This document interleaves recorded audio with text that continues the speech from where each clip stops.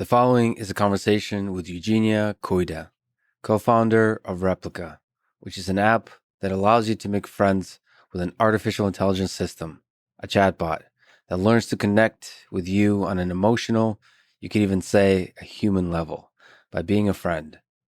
For those of you who know my interest in AI and views on life in general, know that Replika and Eugenia's line of work is near and dear to my heart.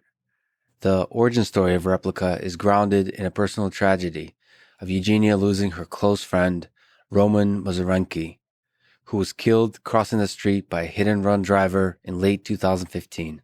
He was 34. The app started as a way to grieve the loss of a friend by training a chatbot neural net on text messages between Eugenia and Roman. The rest is a beautiful human story, as we talk about with Eugenia. When a friend mentioned Eugenia's work to me, I knew I had to meet her and talk to her. I felt before, during, and after that this meeting would be an important one in my life. And it was. I think in ways that only time will truly show, to me and others. She's a kind and brilliant person. It was an honor and a pleasure to talk to her. Quick summary of the sponsors: DoorDash, Dollar Shave Club, and Cash App. Click the sponsor links in the description to get a discount and to support this podcast. As a side note, let me say that deep, meaningful connection between human beings and artificial intelligence systems is a lifelong passion for me. I'm not yet sure where that passion will take me, but I decided some time ago that I will follow it boldly and without fear to as far as I can take it. With a bit of hard work and a bit of luck, I hope I'll succeed in helping build AI systems that have some positive impact on the world and on the lives of a few people out there.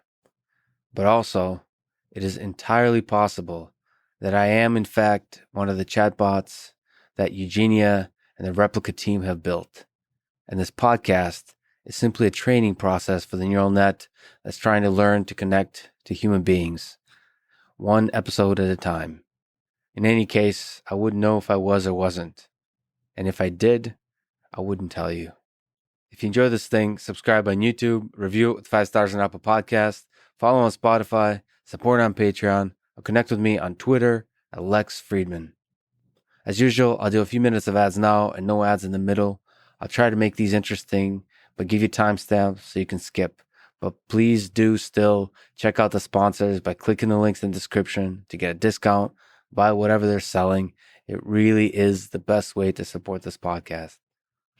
This show is sponsored by Dollar Shave Club. Try them out with a one-time offer for only $5 and free shipping at dollarshave.com/Lex. The starter kit comes with a 6-blade razor, refills, and all kinds of other stuff that makes shaving feel great. I've been a member of Dollar Shave Club for over 5 years and actually signed up when I first heard about them on the Joe Rogan Experience podcast. And now, friends, we have come full circle. It feels like I made it, now that I can do a read for them just like Joe did all those years ago. Back when he also did ads for some less reputable companies, let's say, that you know about if you're a true fan of the old school podcasting world. Anyway, I just used the razor and the refills, but they told me I should really try out the shave butter. I did. I love it. It's translucent somehow, which is a cool new experience. Again, try the Ultimate Shave Starter set today for just $5 plus free shipping at dollarshaveclub.com/Lex. This show is also sponsored by DoorDash. Get $5 off and 0 delivery fees on your first order of $15 or more when you download the DoorDash app and enter code, you guessed it, Lex. I have so many memories of working late nights for a deadline with a team of engineers, whether that's for my PhD at Google or MIT, and eventually taking a break to argue about which DoorDash restaurant to order from. And when the food came, those moments of bonding, of exchanging ideas, of pausing to shift attention from the programs to humans were special. For a bit of time, I'm on my own now, so I miss that camaraderie, but actually, I still use DoorDash a lot. There's a million options that fit into my crazy keto diet ways. Also, it's a great way to support restaurants in these challenging times. Once again, download the DoorDash app and enter code LEX to get $5 off and 0 delivery fees on your first order of $15 or more.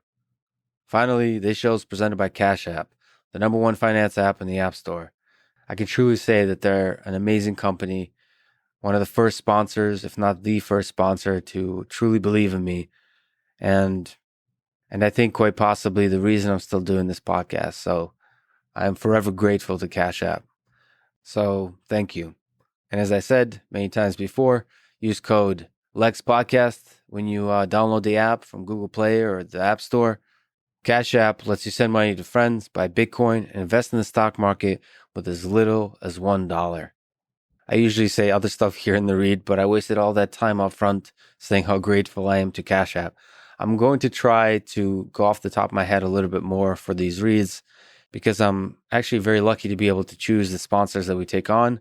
And that means I can really only take on the sponsors that I truly love. And then I can just talk about why I love them. So it's pretty simple. Again, get Cash App from the App Store, Google Play. Use code LEXPODCAST, get $10, and Cash App will also donate $10 to FIRST, an organization that is helping to advance robotics and STEM education for young people around the world. And now, here's my conversation with Eugenia Kuyda.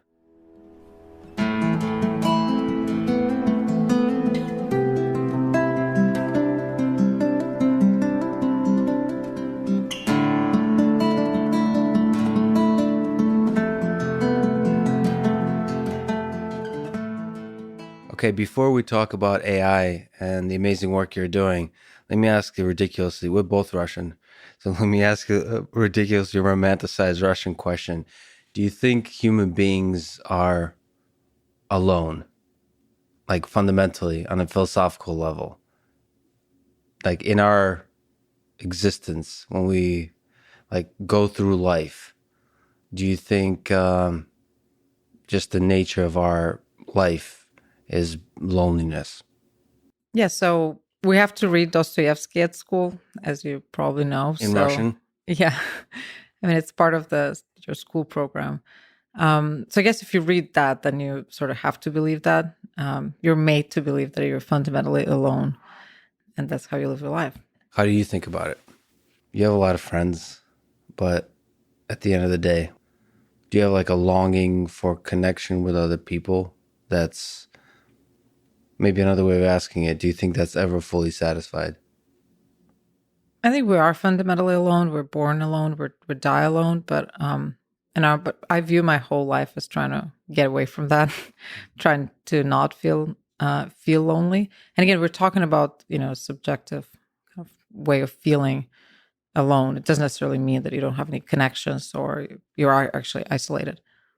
You think it's a subjective a thing, but like again, another absurd measurement-wise thing. How much loneliness do you think there is in the world? So, like, if you see loneliness as a condition, how much of it is there? Do you think? Like how many, there's all kinds of studies and measures of how much, how many people in the world feel alone. There's all these like measures of how many people are, self-report or just all these kinds of different measures. But in your own perspective, how big of a problem do you think it is, size-wise? Well, I'm actually fascinated by the topic of loneliness. I try to read about it as much as I can. What really, I think there's a paradox because loneliness is not a clinical disorder. It's not something that you can get your insurance to pay for if you're struggling with it. Yet it's actually proven and pretty, tons of papers, tons of research around that. It is proven that it's correlated with earlier life expectancy, shorter lifespan. And it is, in a way, like right now, what scientists would say that it's a little bit worse than being obese or not actually doing any physical activity in your life. The impact on your in health? terms of impact on your physiological health. Yeah. So it's basically puts you, if you're constantly feeling lonely, your body responds like it's basically all the time under stress. So it's always in this alert state. And so it's really bad for you because it actually like drops your immune system and your response to inflammation is quite different. So all the cardiovascular diseases actually responds to viruses. So it's much easier to catch a virus. That's sad now that we're living in a pandemic and it's probably making us a lot more alone. and it's probably weakening the immune system, making us more susceptible to the virus. It's kind of sad. Yeah, the statistics are pretty horrible around that. So around 30% of all millennials report that they're feeling lonely constantly. 30? 30%. And then it's much worse for Gen Z. And then 20% of millennials say that they feel lonely and they also don't have any close friends. And then I think 25 or so. And then 20% would say they don't even have acquaintances. And that's So the United States? That's in the United States. And I'm pretty sure that that's much worse everywhere else. Like in the UK, I mean, it was widely like tweeted and posted when they were talking about a minister of loneliness that they wanted to appoint because 4 out of 10 people in the UK feel lonely. So I think Minister of loneliness. I mean I think that thing actually exists. So yeah, you will die sooner if you are lonely. And again, this is only when we're only talking about your perception of loneliness or feeling lonely. That is not objectively being fully socially isolated. However, the combination of being fully socially isolated and not having many connections and also feeling lonely, that's pretty much a deadly combination. So it strikes me bizarre or strange that this is a wide known fact. And then there's really no one working really on that because it's a subclinical, it's not clinical. It's not something that you can, tell your doctor and get a treatment or something. Yet it's killing us. Yeah, so there's a bunch of people trying to evaluate, like try to measure the problem by looking at like how social media is affecting loneliness and all that kind of stuff. So it's like measurement. Like if you look at the field of psychology, they're trying to measure the problem. And not that many people actually, but some. But you're basically saying how many people are trying to solve the problem. Like, how would you try to solve the problem of loneliness? Like, if you just stick to humans, I mean, or basically not just the humans, but the technology that connects us humans. Do you think there's a hope for that technology to do the connection? Like, are you on social media much? Unfortunately.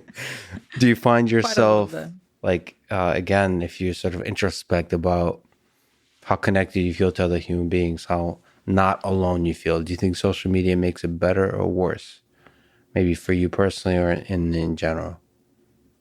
I think it's easier to look at some stats. And I mean, Generation Z seems to be much lonelier than millennials in terms of how they report loneliness. They're definitely the most connected, generation in the world. I mean, I still remember life without an iPhone, without Facebook. They don't know that ever existed, or at least don't know how it was.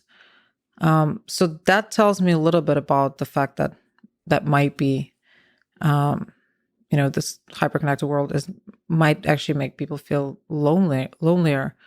I don't know exactly what the measurements are around that, but I would say, in my personal experience, I think it does make you feel a lot lonelier. Mostly, yeah, we're all super connected, but I think the feeling of loneliness doesn't come from not having any social connections whatsoever. Again, tons of people that are in long-term relationships experience bouts of loneliness and continued loneliness. And it's more the question about the true connection, about actually being deeply seen, deeply understood. And in a way, it's also about your relationship with yourself. Like, in order to not feel lonely, you actually need to have a better relationship and feel more connected to yourself. Then this feeling actually starts to go away a little bit.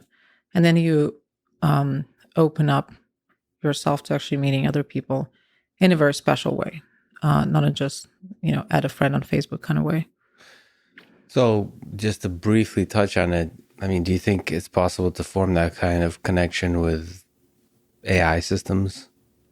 More down the line of some of your work, do you think that's engineering-wise a possibility to alleviate loneliness is not with another human, but with an AI system? Well, I know that's a fact. That's what we're doing. And we see it and we measure that and we see how people start to feel less lonely talking to their virtual AI friend. So basically a chatbot at the basic level, but could be more. Like, do you have, I'm not even speaking sort of about specifics, but do you have a hope? Like if you look 50 years from now, do you have a hope that there's just like AIs that are like optimized for let me first start, like right now the way people perceive AI, which is recommender systems for Facebook and Twitter, social media, they see AI as basically destroying, first of all, the fabric of our civilization, but second of all, making us more lonely. Do you see like a world where it's possible to just have AI systems floating about that like make our life less lonely? Yeah, make us happy, make like are putting good things into the world in terms of our individual lives. Yeah, I totally believe in that. That's why I'm also working on that. Um, I think we need to also make sure that what we're trying to optimize for, we're actually measuring. And it is a North Star metric that we're going after. And all of our product and all of our business models are optimized for that. Because you can talk, a lot of products that talk about, making you feel less lonely or making you feel more connected. They're not really measuring that. So they don't really know whether their users are actually feeling less lonely in the long run or feeling more connected in the long run. So I think it's really important to put To measure it. to measure it. What's a good measurement of loneliness?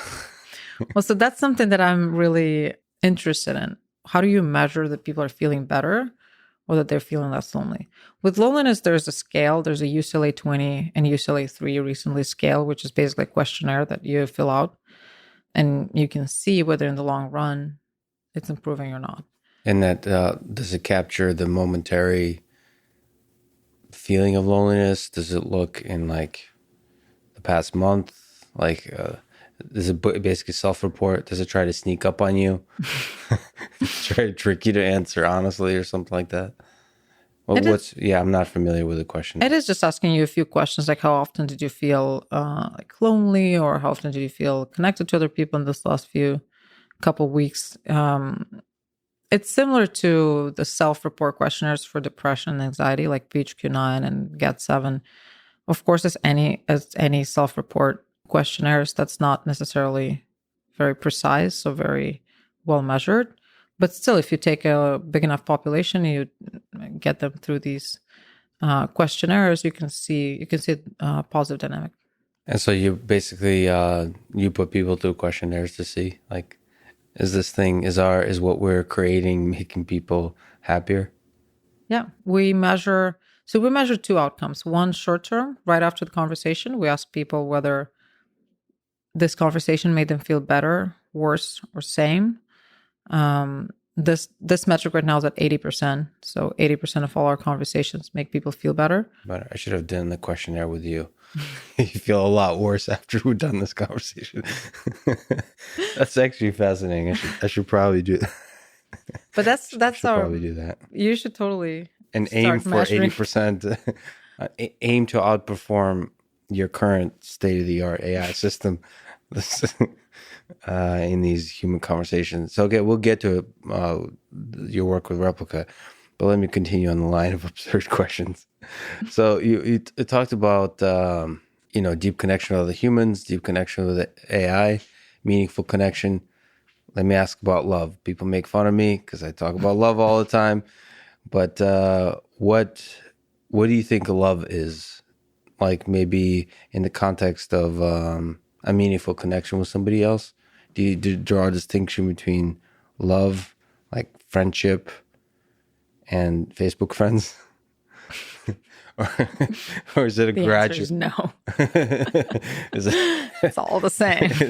No, like is it just a gradual thing, or is there something fundamental about us humans that seek like a really deep connection with another human being? And what is that? What is love, Eugenia? I'm just enjoy asking you these questions and seeing you struggle. Thanks. Yeah. Well, the way I see it, and specifically the way it relates to our work and the way the way it inspired our work on Replika, I think one of the biggest and the most precious gifts we can give to each other now in 2020 as humans is this gift of deep empathetic understanding the feeling of being deeply seen. Like, what does that mean? Like that you exist, like somebody acknowledging that. Somebody seeing you for who you actually are.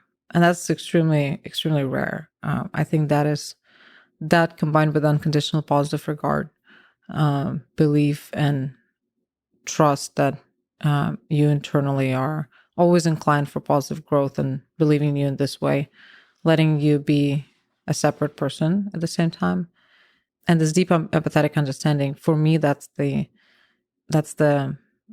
combination that really creates something special, something that people, when they feel it once, they will always long for it again. And something that starts huge fundamental changes in people. When we see that someone accepts us so deeply, we start to accept ourselves. And the paradox is that's when big changes start happening, big fundamental changes in people start happening.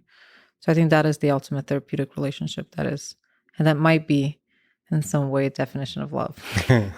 So acknowledging that there's a separate person and accepting you for who you are.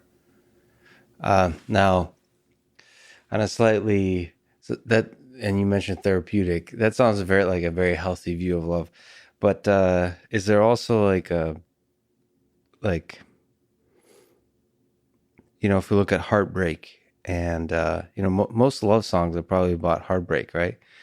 Is that like the mystery, the tension, the danger, the fear of loss, all of that, what people might see in the negative light as like games or whatever, but just the dance of human interaction. Yeah, fear of loss and fear of you said once you feel it once, you long for it again. But you also, once you feel it once, you might, for many people, they've lost it.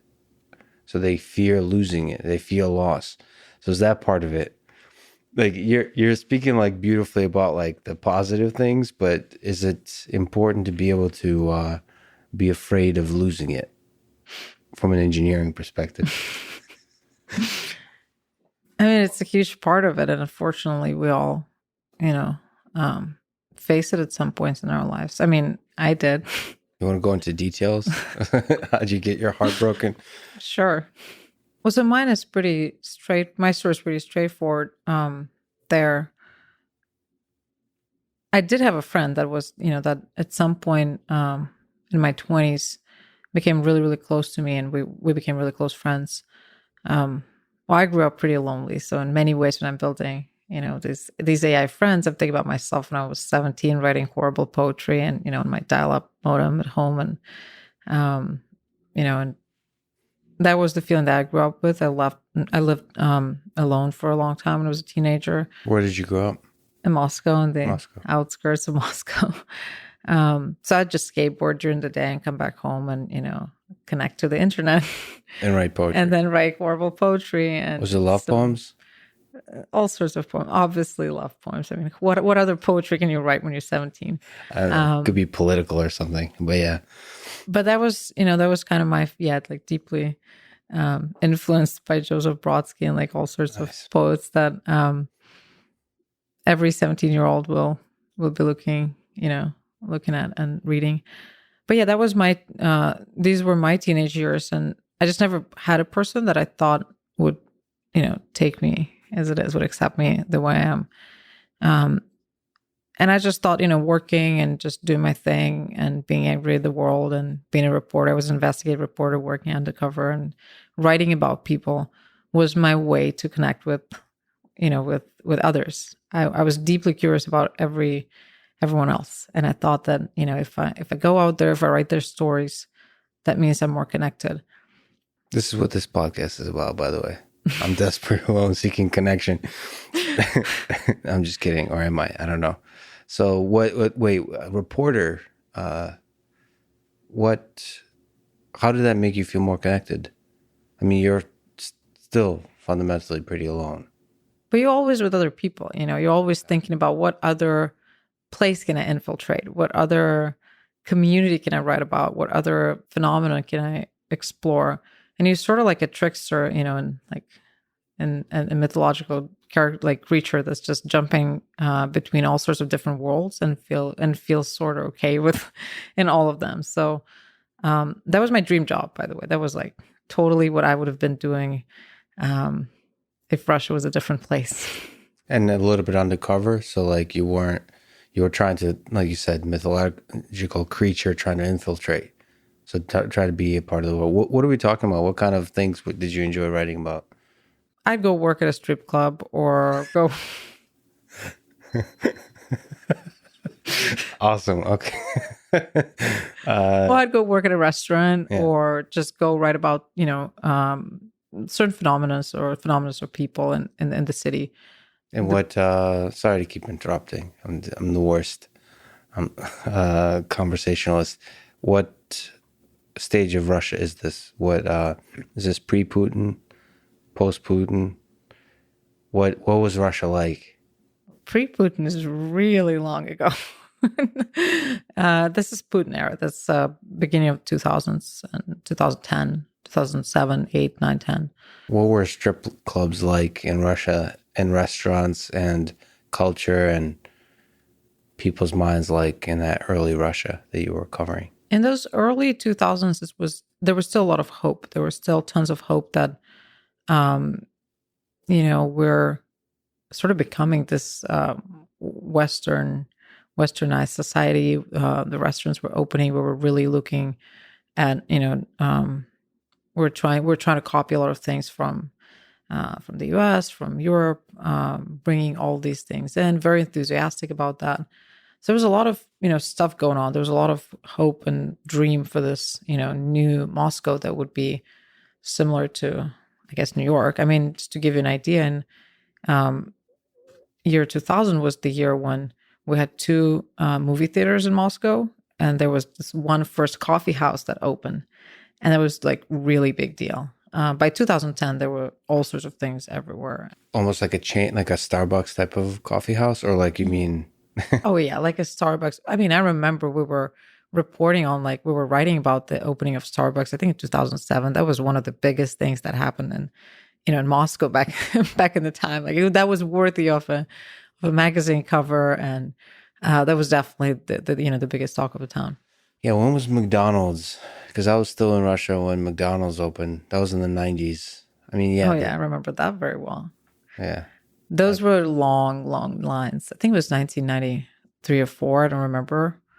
Did you go to McDonald's at that time? Did you do the... I mean, that was a luxurious outing. That was definitely not something you do every day. And also the line was at least 3 hours. So if you're going to McDonald's, that is not fast food. That is like at least 3 hours in line. Yeah. And then no one is trying to eat fast after that. Everyone is like trying to enjoy as much as possible. What's your memory of that? Oh, it was insane. Out Positive? Of this world. Extremely positive. It's a small strawberry milkshake and the hamburger and small fries, and my mom's there. And sometimes I'll just, because I was really little, they'll just let me run, up the cashier and like cut the line, which is like, you cannot really do that in Russia. Or so like for a lot of people, like a lot of those experiences might seem not very fulfilling, like it's on the verge of poverty, I suppose. But do you remember all that time fondly? Like, because I do. Like the first time I drank, Coke, all that stuff, right? And just, the connection with other human beings in Russia, I remember it really positively. Like, how do you remember the 90s and then the Russia you were covering? Just the human connections you had with people and the experiences. Well, my parents were both physicists. My grandparents were both. Well, my grandfather was a nuclear physicist, professor at the university. My dad worked at Chernobyl when I was born, in Chernobyl, analyzing kind of the everything after the explosion. And then I remember that. And they were making sort of enough money in the Soviet Union, so they were not, extremely poor or anything.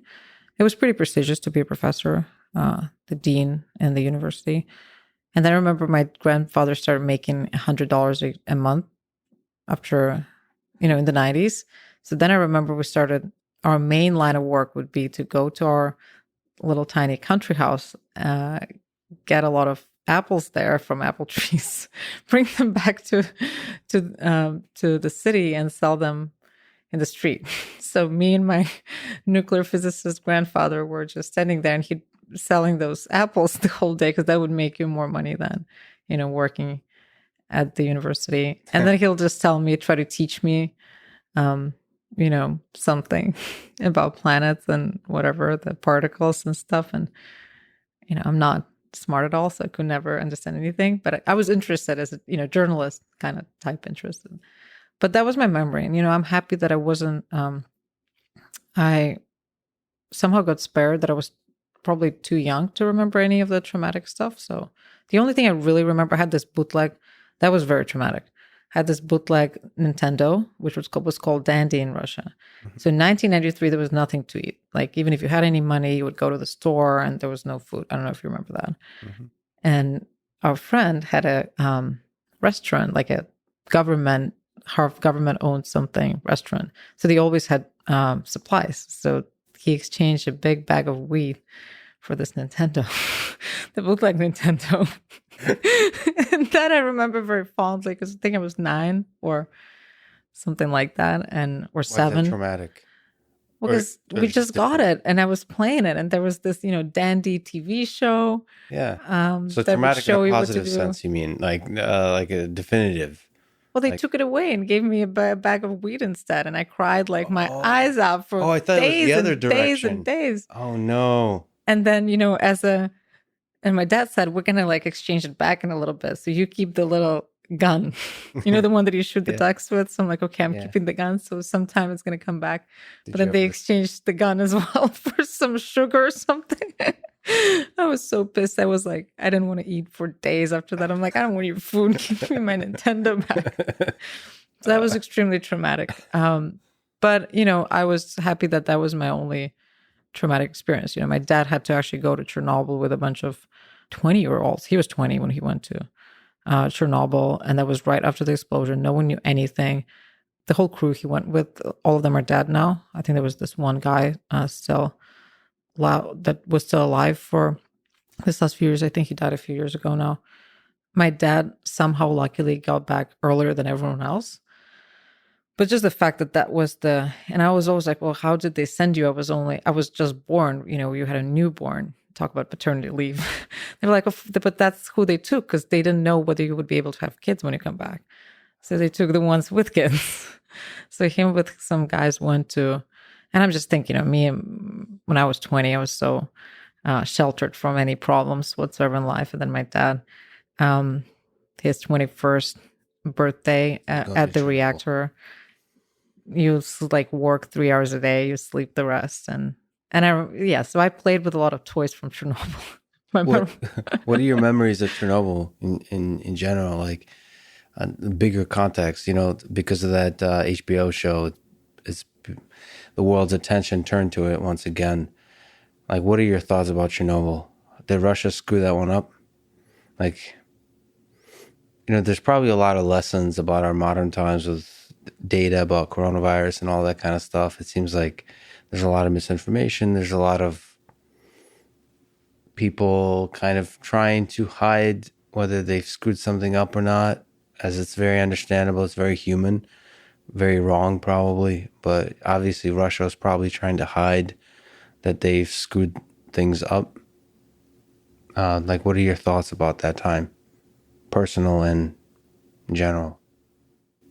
I mean, I was born when the explosion happened. So actually a few months after. So of course I don't remember anything apart from the fact that my dad would bring me tiny toys. Plastic things that would just go crazy, haywire when you put the Geiger thing to it. My mom was like just nuclear about that.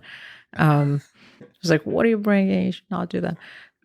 She was nuclear. Very nice. Absolutely. Well done. I'm sorry for that.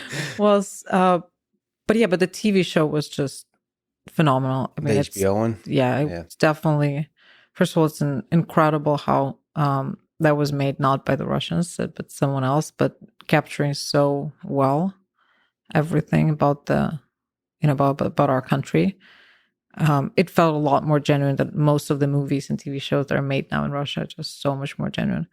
And most of my friends in Russia were just in complete awe about the show. But I think How good of a job they did. oh my god, phenomenal. But Just also the apartments. There's something. Yeah, it was the so set great. design. I mean, Yes. Russians can't do that.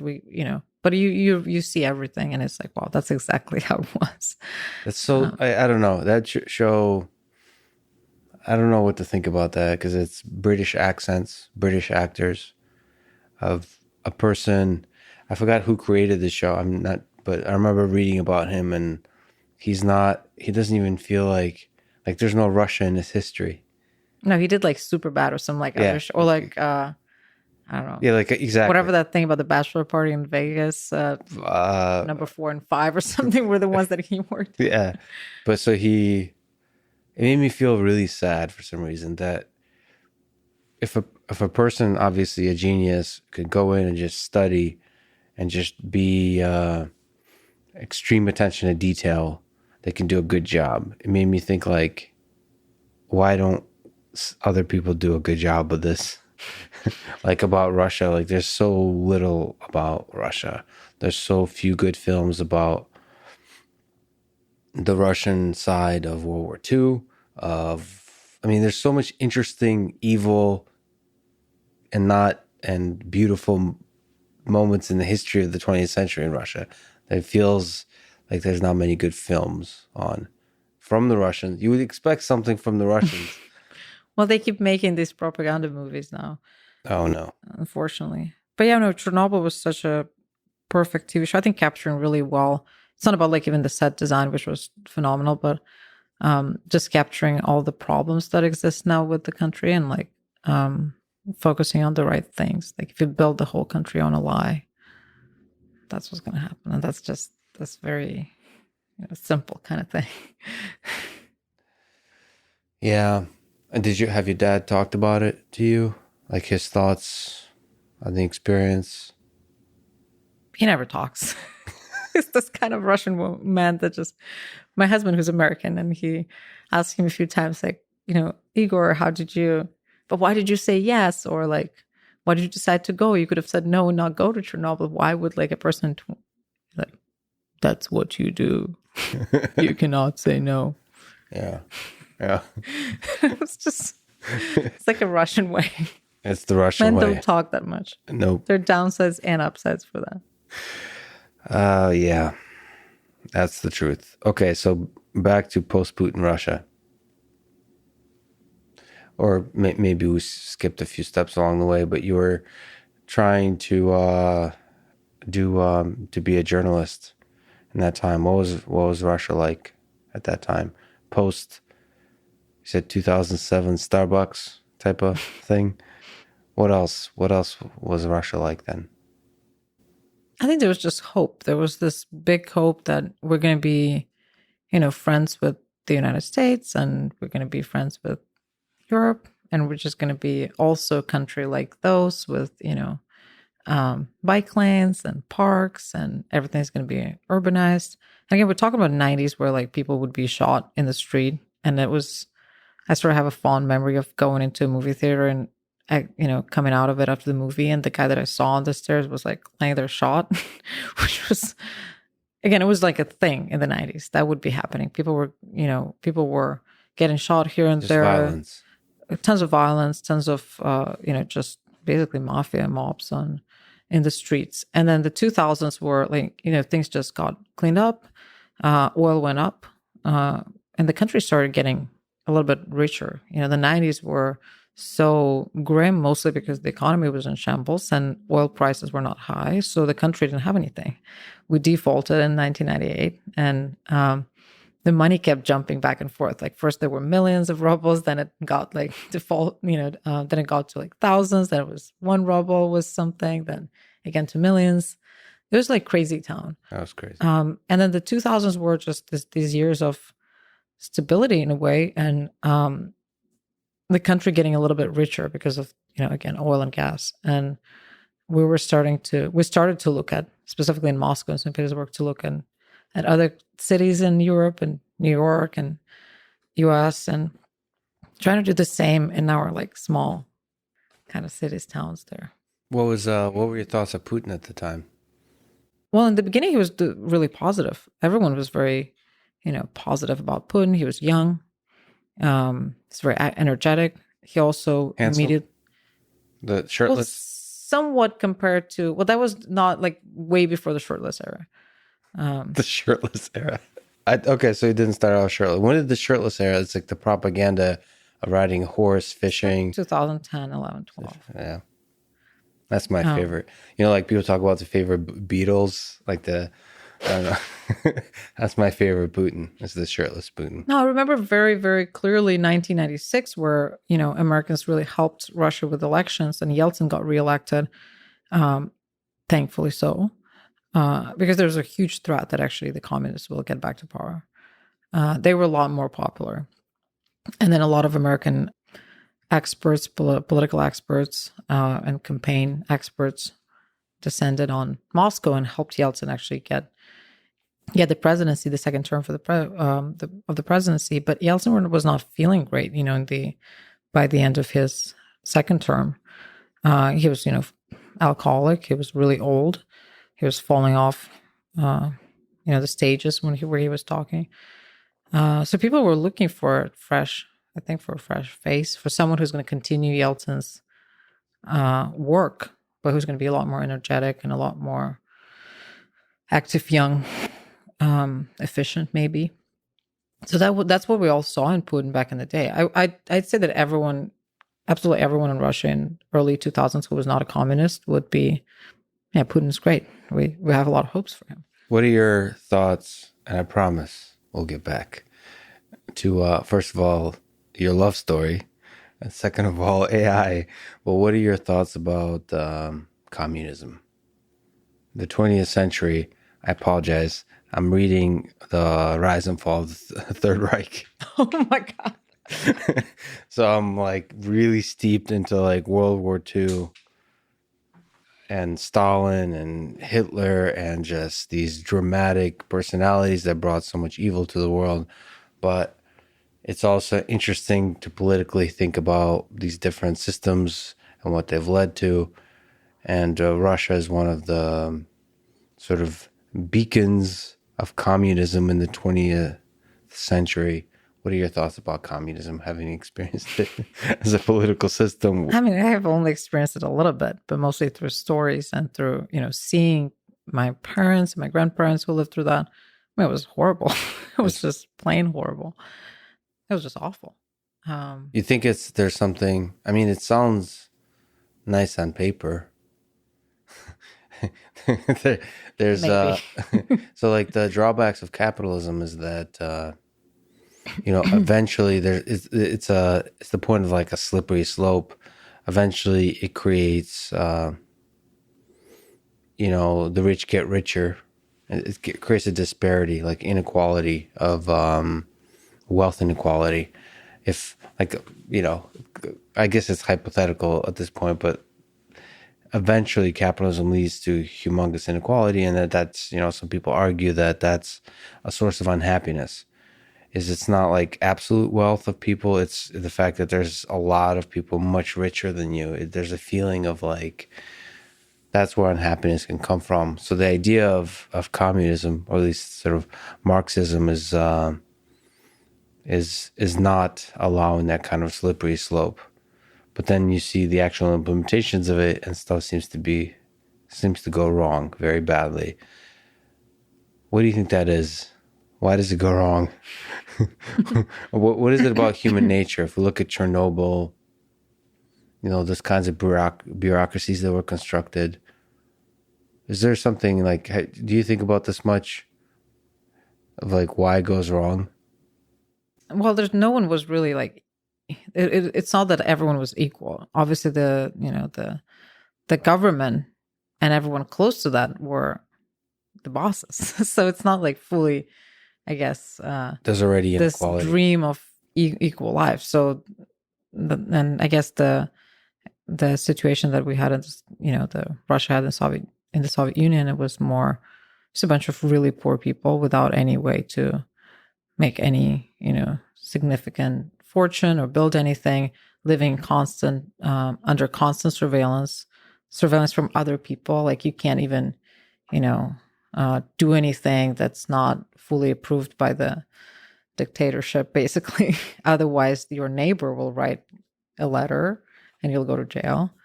Absolute absence of actual law. Yeah, This constant state of fear. Yeah.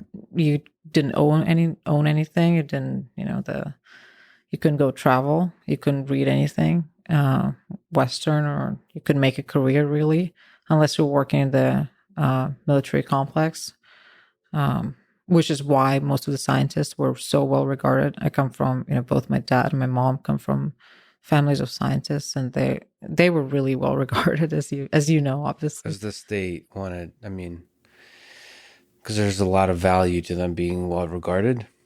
Because they were developing things that could be used in the military. So that was very important. That was the main investment. But it was miserable. It was so miserable. That's why, a lot of Russians now live in the state of constant PTSD. That's why we, want to buy. And definitely, if as soon as we have the opportunity, we just got to it finally that we can, own things. I remember the time that we got our first yogurts, and that was the biggest deal in the world. It was already in the 90s, by the way. What was your favorite food where it was like, whoa, this is possible? Oh, fruit. Because we only had apples, bananas, and whatever, whatever watermelons, whatever people would grow in the Soviet Union. So there were no pineapples or papaya or mango. You've never seen those fruit things. Those were so ridiculously good. And obviously you could not get any strawberries in winter or anything that's not, seasonal. So that was a really big deal. Seeing all these fruit things. Yeah, me too, actually. I don't know. I think I have I don't think I have too many demons or addictions or so on, but I think I've developed an unhealthy relationship with fruit that I still struggle with. Oh, you can get any type of fruit, right? You can get also these weird fruits like dragon fruit or something. Yeah. Or all kinds of different types of peaches. Cherries were killer for me. I know you say we had bananas and so on, but I don't remember having the kind of banana. When I first came to this country, the amount of banana, I literally got fat on bananas. The amount. Oh yeah, for sure. They're delicious. And cherries, the kind, just the quality of the food. I was like, this is capitalism. That's pretty. It's delicious. Yeah. It's funny. It's funny. Yeah, it's funny to read. I don't know what to think of it. It's funny to think how an idea that's just written on paper, when carried out amongst millions of people, how that gets actually, when it becomes reality, what it actually looks like. Sorry, but been studying Hitler a lot recently, and going through Mein Kampf. He pretty much wrote out in Mein Kampf everything he was going to do. Unfortunately, most leaders, including Stalin, didn't read it. But it's kind of terrifying, and I don't know, and amazing in some sense that you can have some words on paper, and they can be brought to life, and they can either inspire the world or they can destroy the world. And there's a lot of lessons to study in history that I think people don't study enough now. Although one of the things I'm hoping with, I've been practicing Russian a little bit. I'm hoping to sort of rediscover the beauty and the terror of Russian history through this stupid podcast by talking to a few people. So anyway, I just feel like so much was forgotten. I'm going to try to convince myself to, you're a super busy and super important person. I'm going to try to befriend you to to try to become a better Russian, because I feel like I'm a shitty Russian. Not that busy. So I can totally be your Russian Sherpa. Sure. Yeah, but love. You're talking about your early days of being a little bit alone and finding a connection with the world through being a journalist Where did love come into that? I guess finding for the first time some friends. It's very, simple story. Some friends that all of a sudden I guess we were the same, at the same place with our lives. We're 25, 26, I guess. And somehow remember, and we just got really close. And somehow I remember this one day where it's one day in summer that we just stayed outdoor the whole night and just talked. And for some unknown reason, it just felt for the first time that someone could, see me for who I am. And it just felt extremely good. And we fell asleep outside and just talking, and it was raining. It was beautiful. It was, sunrise, and it's really cheesy. But at the same time, we just became friends in a way that I've never been friends with anyone else before. And I do remember that before and after that, you sort of have this unconditional family, sort of, and it gives you tons of power. It just basically gives you this tremendous power to do things in your life and to change positively. You mean like on many different levels? Power because you could be yourself. At least you know that somewhere you can be just yourself. Like you don't need to pretend. You don't need to be, great at work or tell some story or sell yourself in some way or another. And so we became this really close friends. And in a way, I started a company because he had a startup, and I felt like I kind of want a startup too. It felt really cool. I didn't know what I would really do, but I felt like I kind of need a startup. Okay, so that pulled you in to the startup world. Yeah, and then this closest friend of mine died. We actually moved here to San Francisco together, and then we went back for a visa to Moscow, and we lived together. We're roommates, and we came back, and he got hit by a car right in front of Kremlin on next to the river, and died the same day. This is Roman hospital. Mm-hmm. This is Roman. So, and you've moved to America at that point?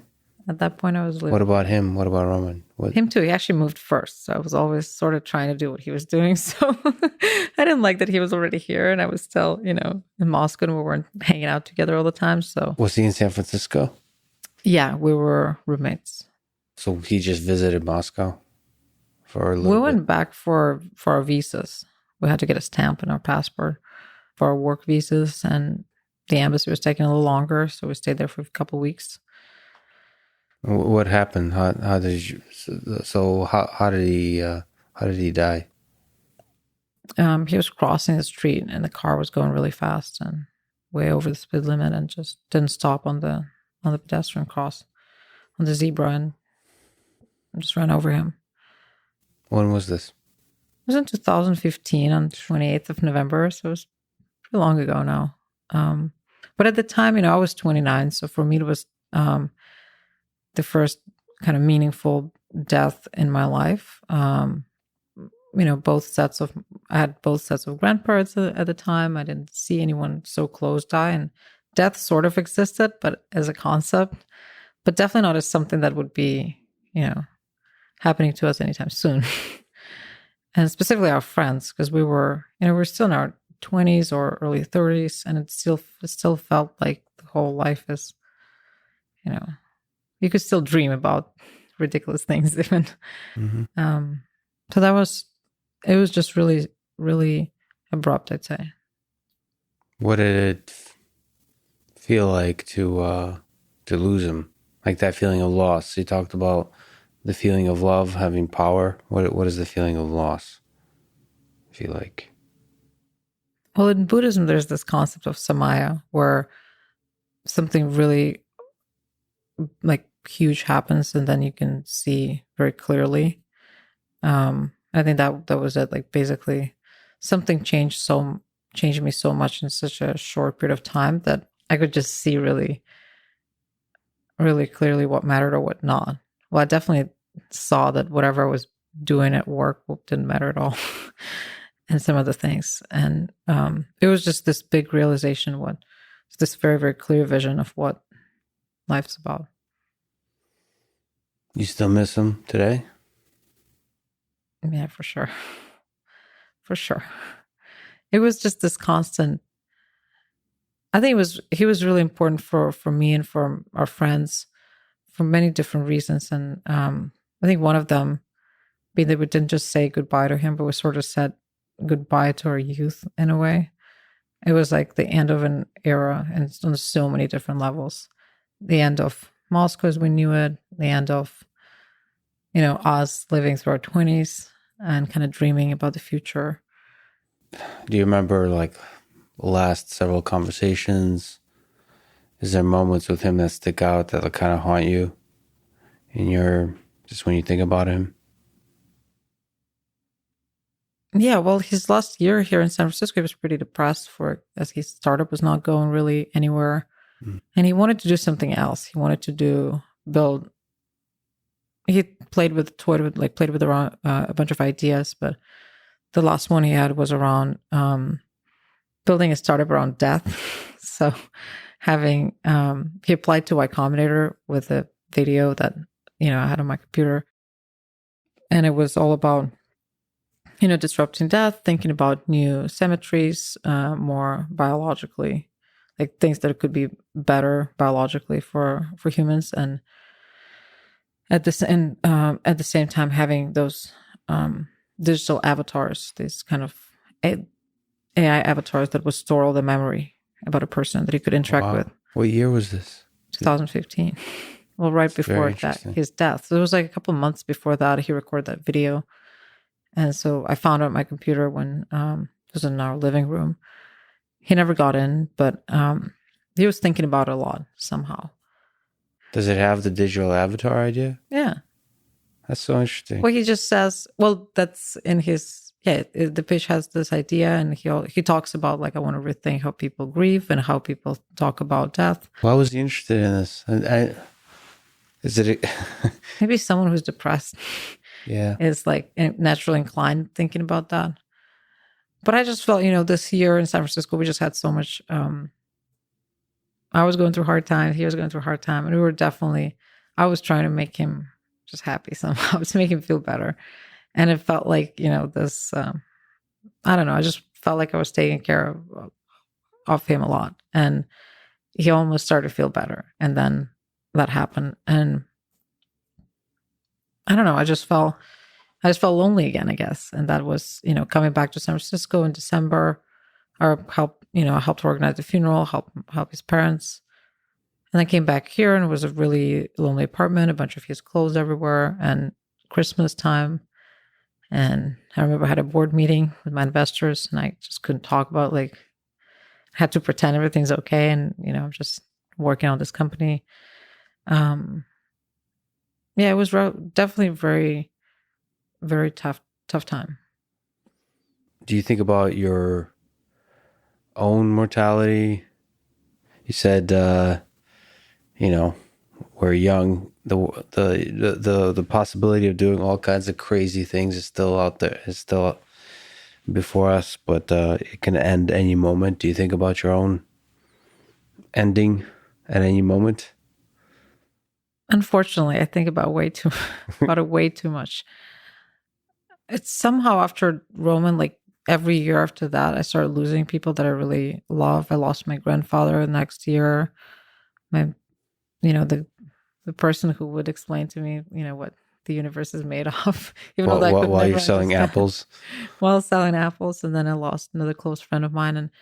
And it just made me very scared. I have tons of fear about death. That's what makes me not fall asleep oftentimes and just go in loops. And then as my therapist, recommended me, I open up some nice calming images with the voiceover, and it calms me down. Oh, for sleep? Yeah, I'm really scared of death. This is I definitely have tons of, I guess, some pretty big trauma about it, and still working through.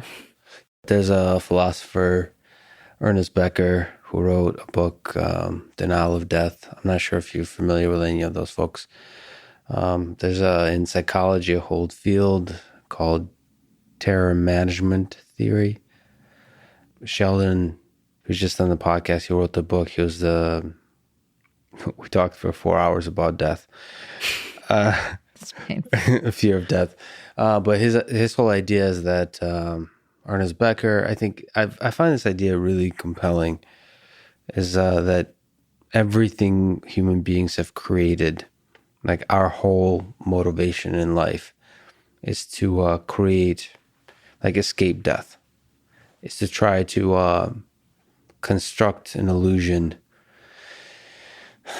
of that we're somehow immortal.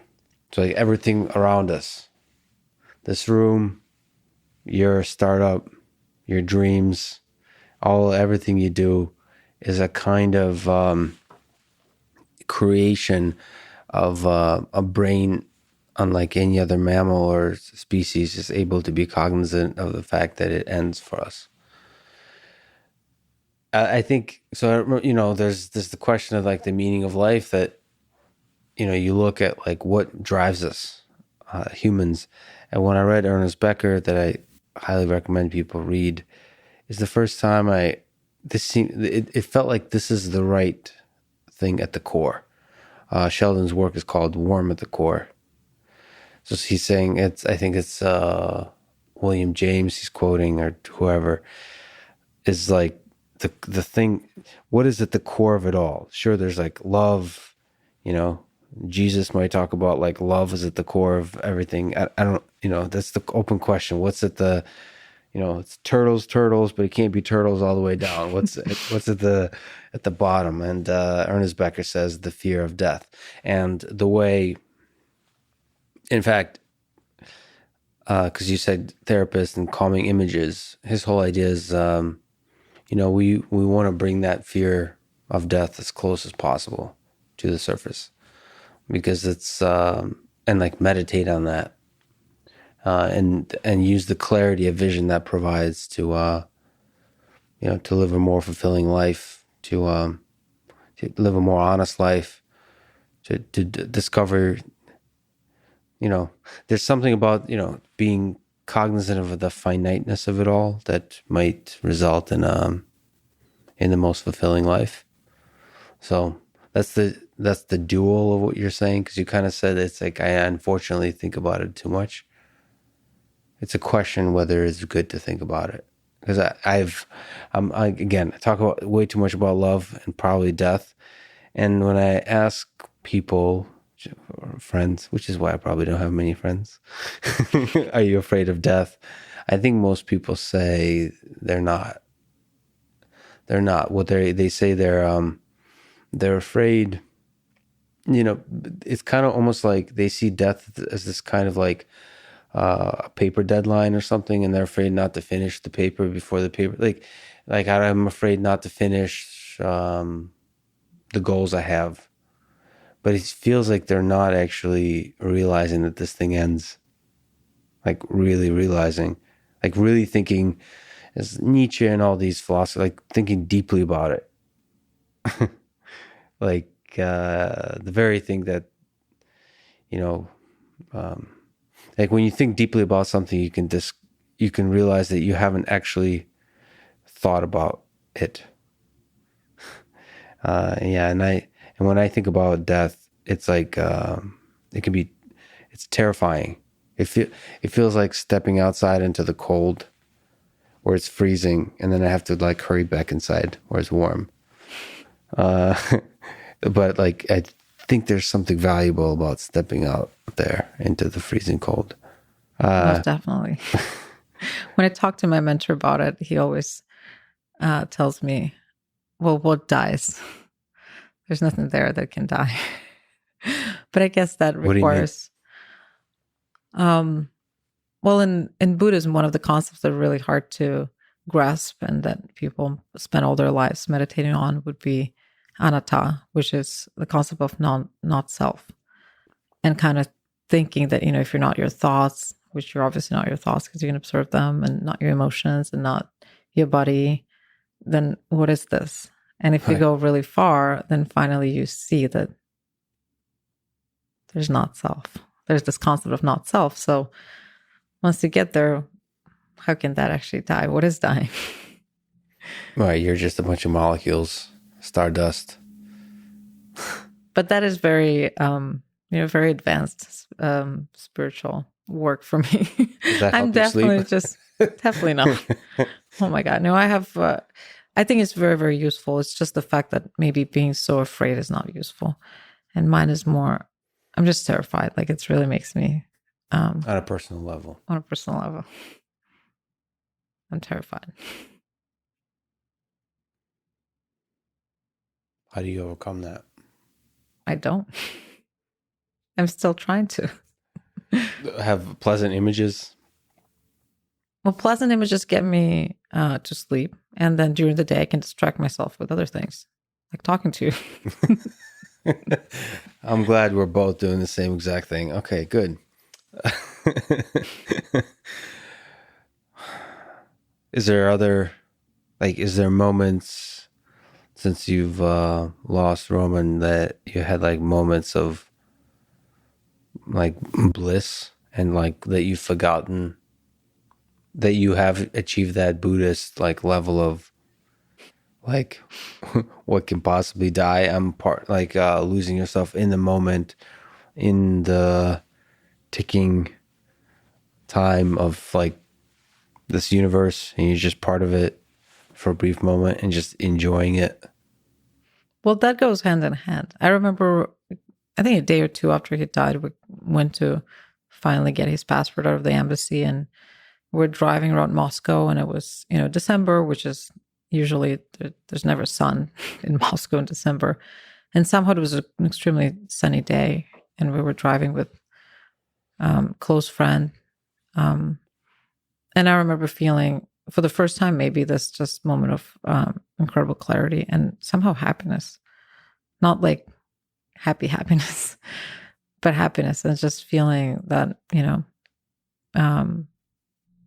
I know what the universe is sort of about, whether it's good or bad. And it wasn't a sad feeling. It was probably the most beautiful feeling that you can ever achieve. And you can only get it oftentimes when something traumatic like that happens. But also if you really spend a lot of time meditating, looking at the nature, doing something that really gets you there. But once you're there, I think when you summit a mountain, a really hard mountain, you inevitably get there. There's just a way to get to the state. But once you're in this state, you can do really big things, I think. Yeah. Sucks that it doesn't last forever. So Bukowski talked about like love is a fog. Like it's when you wake up in the morning, it's there, but it eventually dissipates. It's really sad. Nothing lasts forever. But I definitely like doing this push up and running thing. There's moments. I had a couple moments. Like I'm not a crier. I don't cry. But there's moments where I was like face down on the carpet, like with tears in my eyes. It's interesting. And then that complete like, there's a lot of demons. I've got demons.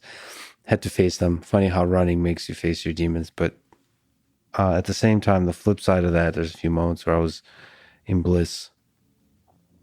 And all of it alone, which is funny. That's beautiful. I like that. But definitely pushing yourself physically, one of it for sure. Yeah, yeah. Like you said, I mean, you were speaking as a metaphor of Mount Everest, but it also works like literally. I think physical endeavor somehow. Yeah, there's something. I mean, we're monkeys, apes, whatever. Physical. There's a physical thing to it. But there's something to this pushing yourself physically, but alone. That happens when you're doing like things like you do, or strenuous like workouts, or rowing across the Atlantic, or like marathons. That's why I love watching marathons, and it's so boring, but you can see them getting there. So the other thing, I don't know if you know, there's a guy named David Goggins. He basically he's been either email on the phone with me every day through this. So I haven't been exactly alone, but he's kind of he's the devil on the devil's shoulder.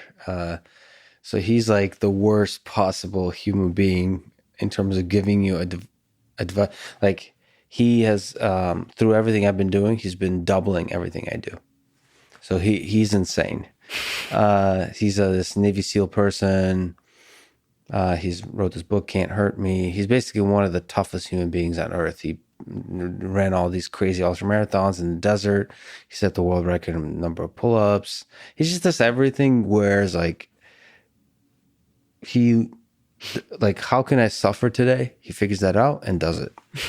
Yeah, that whatever that is, that process of self-discovery is really important. I actually had to turn myself off from the internet mostly because I started this like workout thing, like a happy go-getter with my like headband and like like just like because a lot of people were like inspired and they're like, yeah, we're gonna exercise with you, and I was, yeah, great, but then like I realized that this journey can't be done together with others. This has to be done alone. So out of the moments of love, out of the moments of loss, can we talk about your journey of finding, I think, an incredible idea, an incredible company, and incredible system in Replika? How did that come to be? So I was a journalist, and then I went to business school for a couple of years to just see if I can maybe switch gears and do something else. I was 23. And then I came back and started working for a businessman in Russia who built the first 4G network in our country and was very visionary and asked me whether I want to do fun stuff together. And we worked on a bank. The idea was to build a bank on top of a telco. So that was 2011 or 12. And a lot of telecommunication company, mobile network operators didn't really know what to do next in terms of, new products, new revenue. And this big idea was that, you put a bank on top and then all works out. Basically, a prepaid account becomes your bank account and you can use it as your bank. So, a third of a country wakes up as your bank client. But we couldn't quite figure out what would be the main interface to interact with the bank. The problem was that most people didn't have smartphones back in the time. In Russia, the penetration of smartphones was low. People didn't use mobile banking or online banking on their computers. So we figured out that SMS would be the best way because that would work on feature phones. Wow. But that required some chatbot technology, which I didn't know anything about, obviously. So I started looking into it and saw that there's nothing really. Well, there was just nothing really. So the idea is through SMS be able to interact with your bank account. Yeah, and then we thought, That's well, cool. Since you're talking to a bank account, why can't we use more of some behavioral ideas, and why can't this banking chatbot be nice to you and really talk to you sort of as a friend? This way, you develop more connection to it. Mm-hmm. Retention's higher, people don't churn, and so I went to very depressing Russian cities to test it out. I remember 3 different towns with to interview potential users. So people use it for a little bit. Cool. And I went to talk to them. So and we were pretty poor towns. Very poor towns, mostly towns that were, sort of factories, mono towns. They were building something and then the factory went away and it was just a bunch of very poor people. And then we went to a couple that weren't as dramatic, but still. The one I remember really fondly was this woman that worked at a glass factory and she talked to a chatbot. And she was talking about it and she started crying during the interview because she said, no one really cares for me that much. And so to be clear, that was my only endeavor in programming that chatbot. So it was really simple. It was literally just a few if this, then that rules. And it was incredibly simplistic. And still that made her. And that really made something. her emotional. She said, I only have my mom and my husband, and I don't have any more really in my life. And that was very sad. But at the same time, I felt, and we had more interviews in a similar vein. And what I thought in the moment was like, well, it's not that the technology is ready, because definitely in 2012, technology was not ready for for that, but humans are ready, unfortunately. So this project would not be about like tech capabilities, would be more about human vulnerabilities. But there's something so powerful about conversational AI that I saw then that I thought is definitely worth putting a lot of effort into. So in the end of the day, we solved the banking project. But my then boss, was also my mentor and really, really close friend, told me, hey, I think there's something in it and you should just go work on it. And I was like, well, what product? I don't know what I'm building. He's like, you'll figure it out. And, looking back at this was a horrible idea to work on something without knowing what it was, which is maybe the reason why it took us so long. But we just decided to work on the conversational tech to see there were no chatbot constructors or programs or anything that would allow you to actually build one at the time. That was the era of, by the way, Google Glass, which is why, some of the investors, like seed investors we talked with, were like, oh, you should totally build it for Google Glass. If not, we're not. I don't think that's interesting. Did you bite on that idea? No. Okay. Because I wanted to do text first because I'm a journalist. So I was fascinated by just texting. So you thought, the emotional, that interaction that the woman had, like, so do you think you could feel emotion from just text?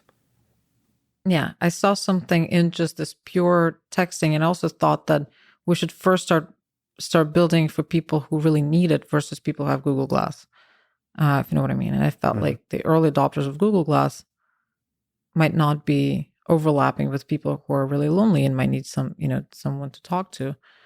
But then we really just focused on the tech itself. We just thought, what if we just, we didn't have a product idea in the moment. And we felt, what if we just look into building the best conversational constructor, so to say, use the best tech available at the time. And that was before the first paper about deep learning applied to dialogues, which happened in 2015, in August 2015, which Google published. Did you follow the work of Loebner Prize and like all the sort of non-machine learning chatbots? Yeah, what really struck me was that, there was a lot of talk about machine learning and deep learning. Like big data was a really big thing. Everyone was saying, the business world, big data. Yeah. 2012 is the biggest. Kaggle competitions were, important. But that was really the kind of upheaval. People started talking about machine learning a lot. But it was only about images or something else. And it was never about conversation. As soon as I looked into the conversational tech, it was all about something really weird and very outdated and very marginal and felt very hobbyist. It was all about Loebner Prize, which was won by a guy who built a chatbot that talked like a Ukrainian teenager. It was just a gimmick. And somehow people picked up those gimmicks. And then, the most famous chatbot at the time was Eliza from 1980s, which was really bizarre. Yeah. Or Smarter Child on AIM. The funny thing is, it felt at the time not to be that popular. And it still doesn't seem to be that popular. Like people talk about the Turing test. People like talking about it philosophically. Journalists like writing about it. But as a technical problem, like people don't seem to really want to solve the open dialogue.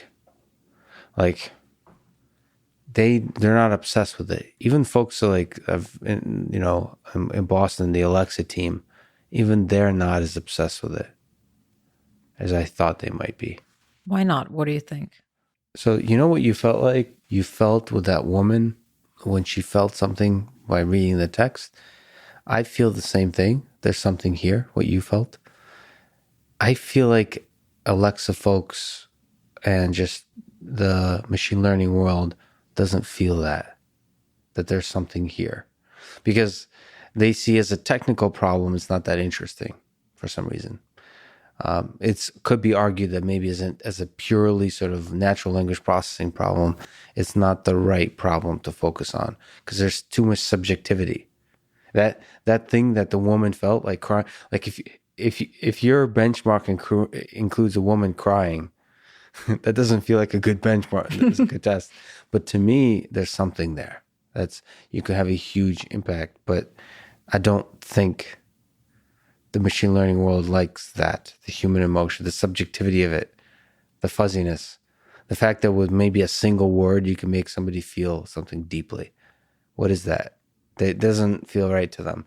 So I don't know. I don't know why that is. That's why I'm excited. When I discovered your work, it feels wrong to say that. It's not like I'm I'm giving myself props for Googling and for for coming for our, I guess, mutual friend introducing us. But I'm so glad that you exist and what you're working on. But I have the same kind of, if we could just backtrack a second, because I have the same kind of feeling that there's something here. In fact, I've been working on a few things that are kind of crazy and very different from your work. I think they're too crazy. But Like what? I Well, now I have to know. No, all right. We'll talk about it more. I feel like it's harder to talk about things that have failed and are failing while you're a failure. Like, Okay. it's easier for you because you're already successful on some measures. Tell it to my board. Well, you're I think you've demonstrated success in a lot of benchmarks. It's easier for you to talk about failures. For me, I'm in the bottom currently of the success. Oh, Max, you're way too humble. No. So it's hard for me to know, but there's something there. There's something there.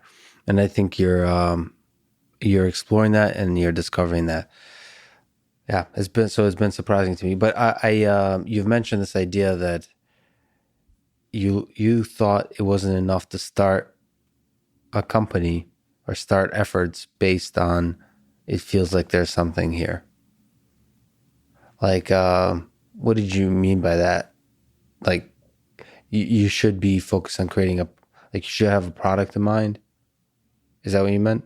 It just took us a while to discover the product because it all started with a hunch of of me, my mentor, and just sitting around, and he was like, "Well, that's it. That's the holy grail is there. There's like there's something extremely powerful in conversations, and there's no one who's working on machine conversation from the right angle, so to say."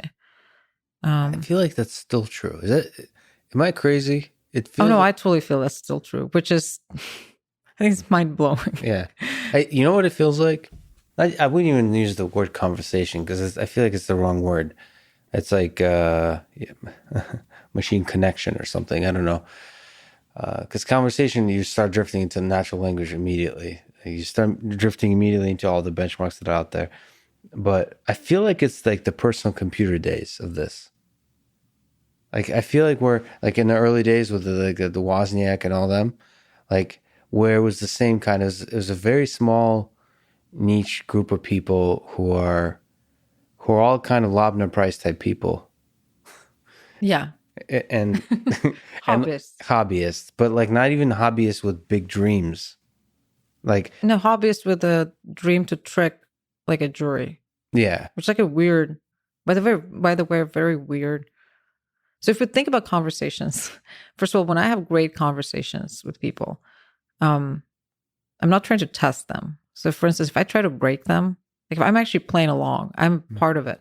Right. If I was trying to break this person or test whether he's going to give me a good conversation, it would have never happened. So the whole problem with testing conversations is that you can't put it in front of a jury because then you have to go into some Turing test mode where is it responding to all my factual questions, right? Or so it really has to be something in the field where people are actually talking to it because they want to, not because they're trying to break it, and it's working for them. Because the weird part of it is that it's very subjective. It takes two to tango here fully. Like if you're not trying to have a good conversation, if you're trying to test it, then it's going to break. I mean, any person would break, to be honest. Like if I'm not trying to even have a conversation with you, you're not going to give it to me. Yeah. You know, if I keep asking you like some random questions or jumping from topic to topic, that wouldn't be which I'm probably doing, but that probably wouldn't contribute to a good conversation. So I think the problem of testing, so there should be some other metric. How do we evaluate whether that conversation was powerful or not? Which is what we actually started with. And I think those measurements exist and we can test on those. But what really struck us back in the day and what's still 8 years later is still not resolved. And I'm not seeing tons of groups working on it. Maybe I just don't know about them. It's also possible. But the interesting part about it is that most of our days we spend talking. And we're not talking about, like, those conversations are not turn on the lights or customer support problems or some other task-oriented things. These conversations are something else. And then somehow they're extremely important for us. And when we don't have them, then we feel deeply unhappy, potentially lonely, which, as we know, creates tons of risk for our health as well. And so this is most of our hours as humans. And somehow no one's trying to replicate that. And not even study it that well. And not even study that well. So when we jumped into that in 2012, I looked first at, like, okay, what's the chatbot? What's the state of the art chatbot? And, those were the Loebner Prize days. But I thought, okay, so what about the science of conversation? Clearly, there have been tons of, scientists or academics that looked into the conversation. So if I want to know everything about it, I can just read about it. And there's not much really. There are conversational analysts who are basically just listening to speech to different conversations, annotating them, and then, that's not really used for much. That's the field of theoretical linguistics, which is like barely useful. It's very marginal, even in their space. Like, no one really is excited. And I've never met a theoretical linguist who's like, I can't wait to work on the conversation and analytics. That is just something very marginal, sort of applied to, like, writing scripts for salesmen when they analyze which conversation strategies were most successful for sales. Okay, so that was not very helpful. Then I looked a little bit deeper, and then there, whether there were any books written on what, really contributes to a great conversation. That was really strange because most of those were NLP books, which is neuro-linguistic programming, which is not the NLP that I was expecting it to be, but it was mostly some psychologist, Richard Bandler, I think, came up with that, who was this big guy in a leather vest that could program your mind by talking to you. And like how to be charismatic and charming and influential with people, all those books. Yeah. Pretty much. But it was all about, like, through conversation, reprogramming you. So getting to so that was, probably not very, very true. And that didn't seem working very much, even back in the day. And then there were some other books, like, I don't know, mostly just self-help books around how to be the best conversationalist, or how to make people like you, or some other stuff like Dale Carnegie or whatever. And then there was this one book, The Most Human by Brian Christensen, that really was important for me to read back in the day, because he was on the human side.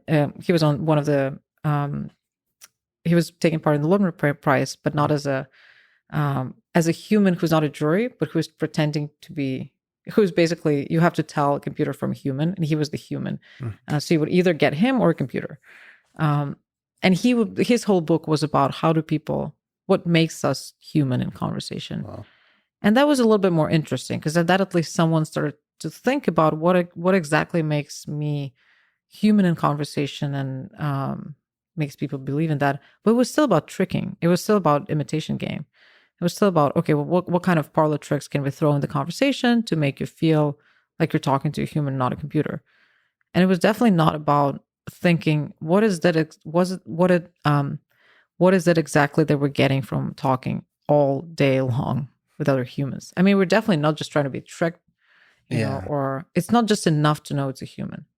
It's something we're getting there. Can we measure it?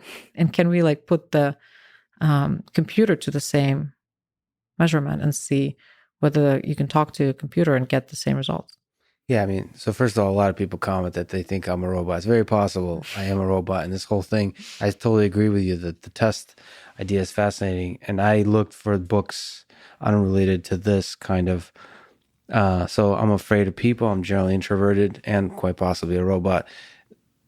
I literally Googled like how to talk to people and like how, like how to have a good conversation for the purpose of this podcast. Cause I was like, I can't make eye contact with people. I can't like, how, I do Google that a lot too. You're probably reading a bunch of FBI negotiation tactics. Is that what you're getting? Because that's what I'm everything you've listed, I've gotten. There's been very few good books on even just like how to interview well.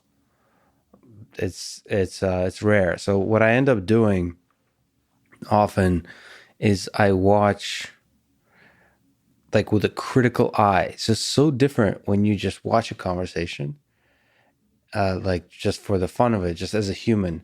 And if you watch a conversation, it's like trying to figure out, why is this awesome? I'll listen to a bunch of different styles of conversation. I mean, I'm a fan of the podcast, Joe Rogan. He's, people can make fun of him, whatever, and dismiss him, but I think he's an incredibly artful conversationalist. He can pull people in for hours. And there's another guy I watch a lot.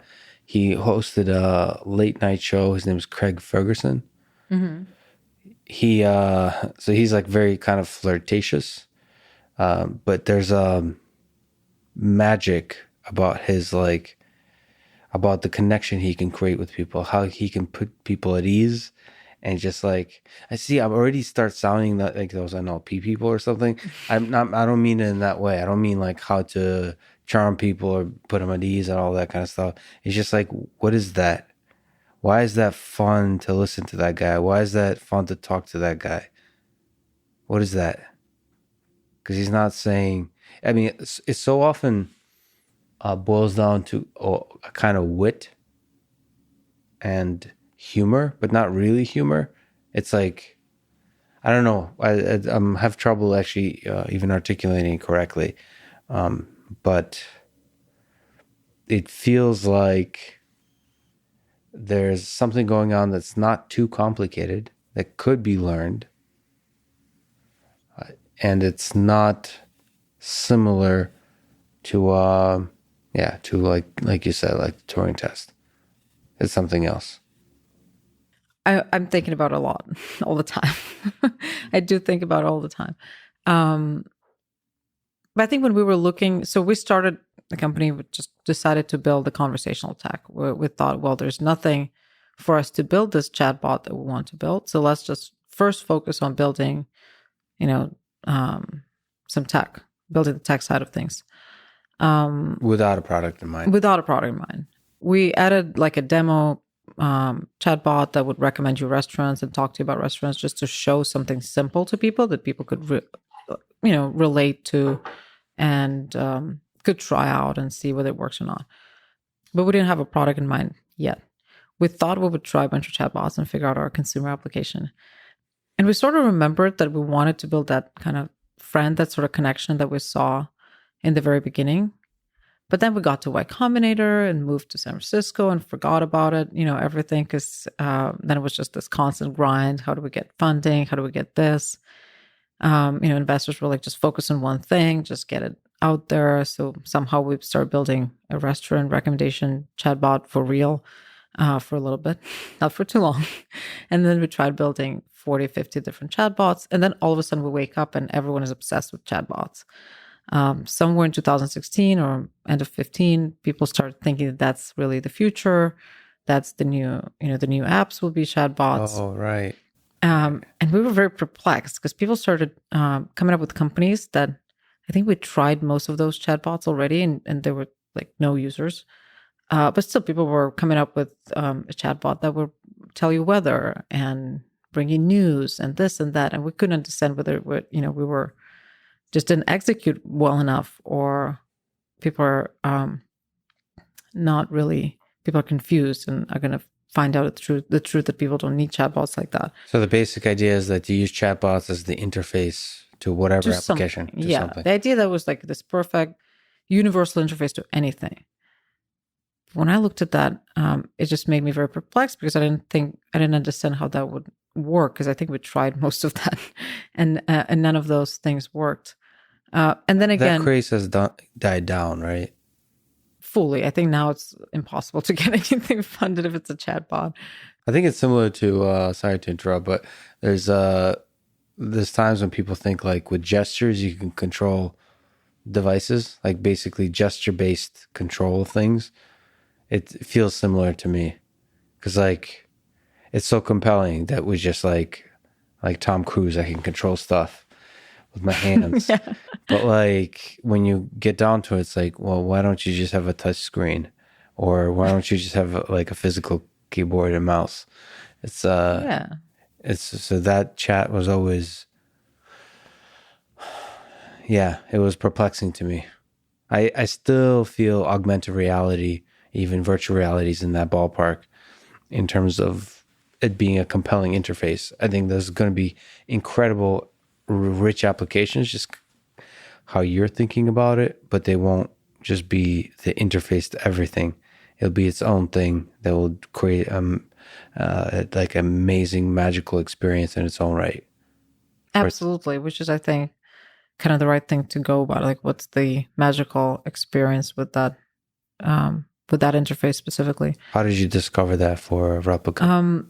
I just thought, okay, we'll have this tech. We can build any chatbot we want. We have the most sophisticated tech that other companies have. I mean, startups, obviously not, probably not bigger ones, but still, because we've been working on it for a while.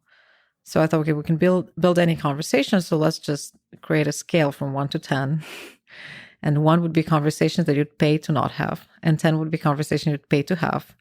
And I mean, obviously, we want to build conversation that people would pay to actually have. Mm-hmm. And so awesome. For the whole, for a few weeks, me and the team were putting all the conversations we were having during the day on the scale. And very quickly, we figured out that all the conversations that we would pay to never have were, conversations we were trying to cancel Comcast or talk to customer support or make a reservation, or just talk about logistics with a friend when we're trying to figure out where someone is and where to go, or all sorts of, setting up, scheduling meetings. That was just a conversation we definitely didn't want to have. Basically, everything task-oriented was a 1. Because if there was just one button for me to just, or not even a button, if I could just think, and there was some magic BCI that would just immediately transform that into an actual, into action, that would be perfect. But the conversation there was just this boring, not useful and dull and very inefficient thing, because it was so many back and forth stuff. And as soon as we looked at the conversation that we would pay to have, those were the ones that, well, first of all, therapists, because we actually paid to have those conversations. And we'd also try to put like dollar amounts. So, if I was calling Comcast, I would pay $5 to not have this 1 hour talk on the phone. I would actually pay straight up, like money, hard money. Comcast, yeah. But it just takes a long time. It takes a really long time. But as soon as we start talking about conversations that we would pay for, those were therapists, all sorts of therapists, coaches, old friend, someone I haven't seen for a long time, stranger on a train, weirdly stranger in a line for coffee, a nice back and forth with that person was like a good 5, solid 5, 6, maybe not a 10. Maybe I won't pay money, but at least I won't, pay money to not have one. So that was pretty good. Some intellectual conversations for sure. But more importantly, the one thing that really was making those very important and very valuable for us were the conversation where we could be pretty emotional. Yes, some of them were about being witty and about being intellectually stimulated, but those were interestingly more rare. And most of the ones that we thought were very valuable were the ones where we could be vulnerable, and interestingly, where we could talk more. Mm-hmm. So I could, me and the team. So we're talking about it, like, a lot of these conversations, like a therapist. I mean, it was mostly me talking or like an old friend. And I was like opening up and crying. And it was, again, me talking. And so that was interesting because I was like, well, maybe it's hard to build a chatbot that can talk to you very well and in a witty way, but maybe it's easier to build a chatbot that could listen. Yeah. So that was kind of the first nudge in this direction. And then when my friend died, we just built, at that point we were kind of still struggling to find the right application. And I just felt very strong that all the chatbots we've built so far are just meaningless. And this whole grind, the startup grind, and how do we get to, the next fundraising, and, how can I talk, talking to other founders, and who are your investors, and how are you doing? Are you killing it? Because we're killing it. I just felt that this is just... intellectually for me, it's exhausting having encountered those folks. It just felt very, very much a waste of time. I just feel like Steve Jobs and Elon Musk did not have these conversations, or at least did not have them for long. Anyway. That's for sure. But I think, at that point, it just felt like, I felt like I just didn't want to build a company. That was never my intention, just to build something successful or make money. It would be great. It would have been great. But I'm not I'm not really a startup person. I'm not... I was never very excited by the grind by itself, and or just being successful for building whatever it is, and not being into what I'm doing really. And so I just took a little break because I was I was upset with my company and I didn't know what we were building. So I just took our technology and our little dialect constructor and some models, some deep learning models, which at that point we were really into and really invested a lot, and built a little chatbot for a friend of mine who passed. And the reason for that was mostly that video that I saw and him talking about the digital avatars. And Roman was that kind of person. Like he was obsessed with, just watching YouTube videos about space and talking about, well, if I could go to Mars now, even if I didn't know if I could come back, I would definitely pay any amount of money to be on that first shuttle. I don't care whether I die or not. Like, he was just the one that would be okay with, with trying to be the first one. And, and so excited about all sorts of things like that. And he was all about fake it till you make it. And I felt like, and I was really perplexed that everyone just forgot about him. Maybe it was our way of coping, mostly young people coping with a loss of a friend. Most of my friends just stopped talking about him.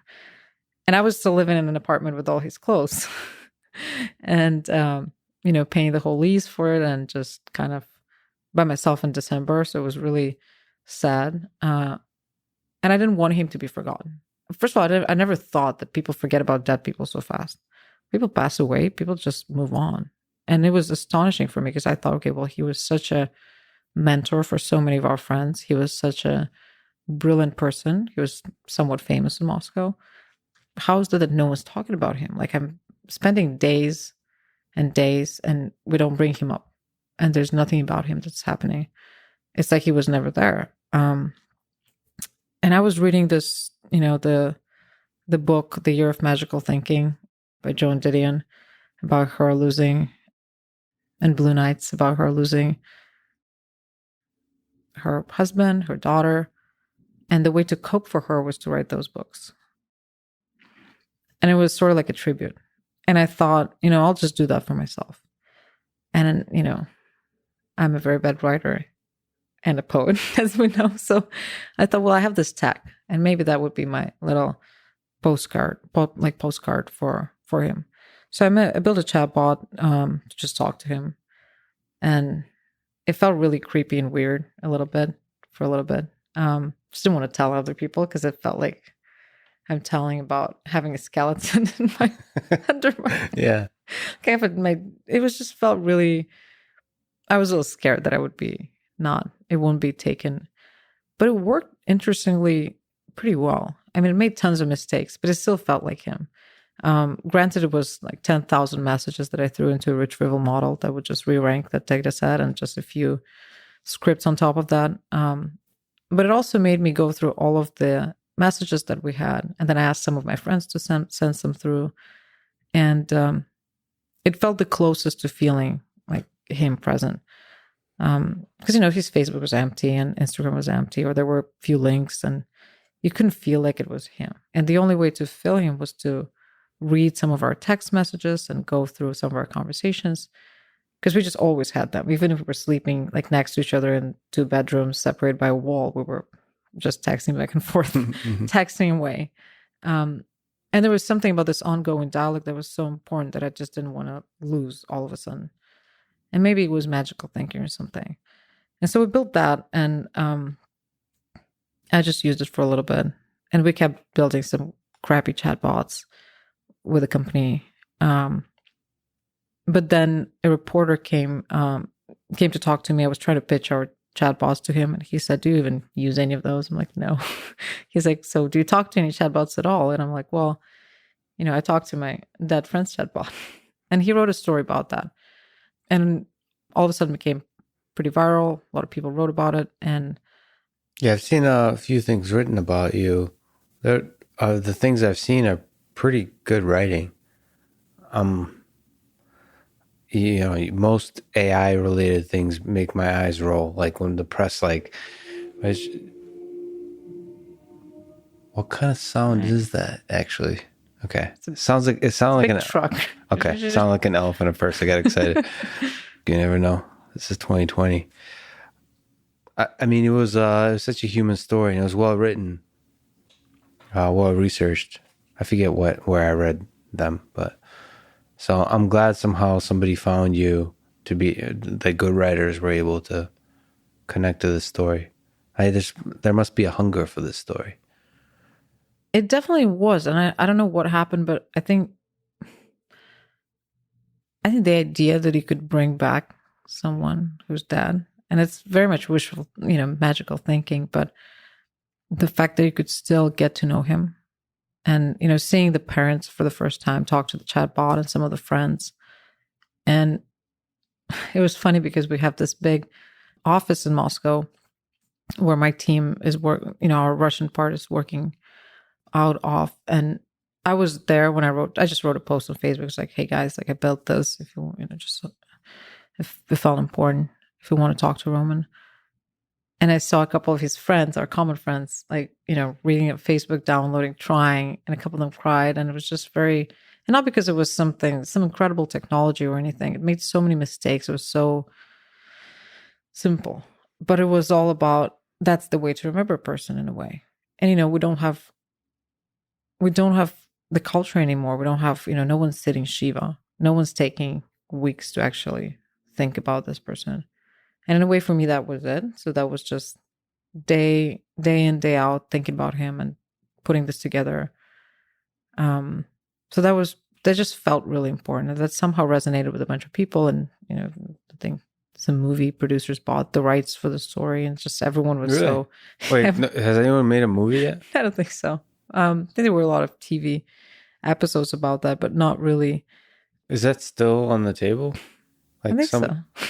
I think so. Which is really... that's cool. You're like a young, like a Steve Jobs type of, let's see what happens. They're sitting on it. But, for me, it was so important because Roman really wanted to be famous.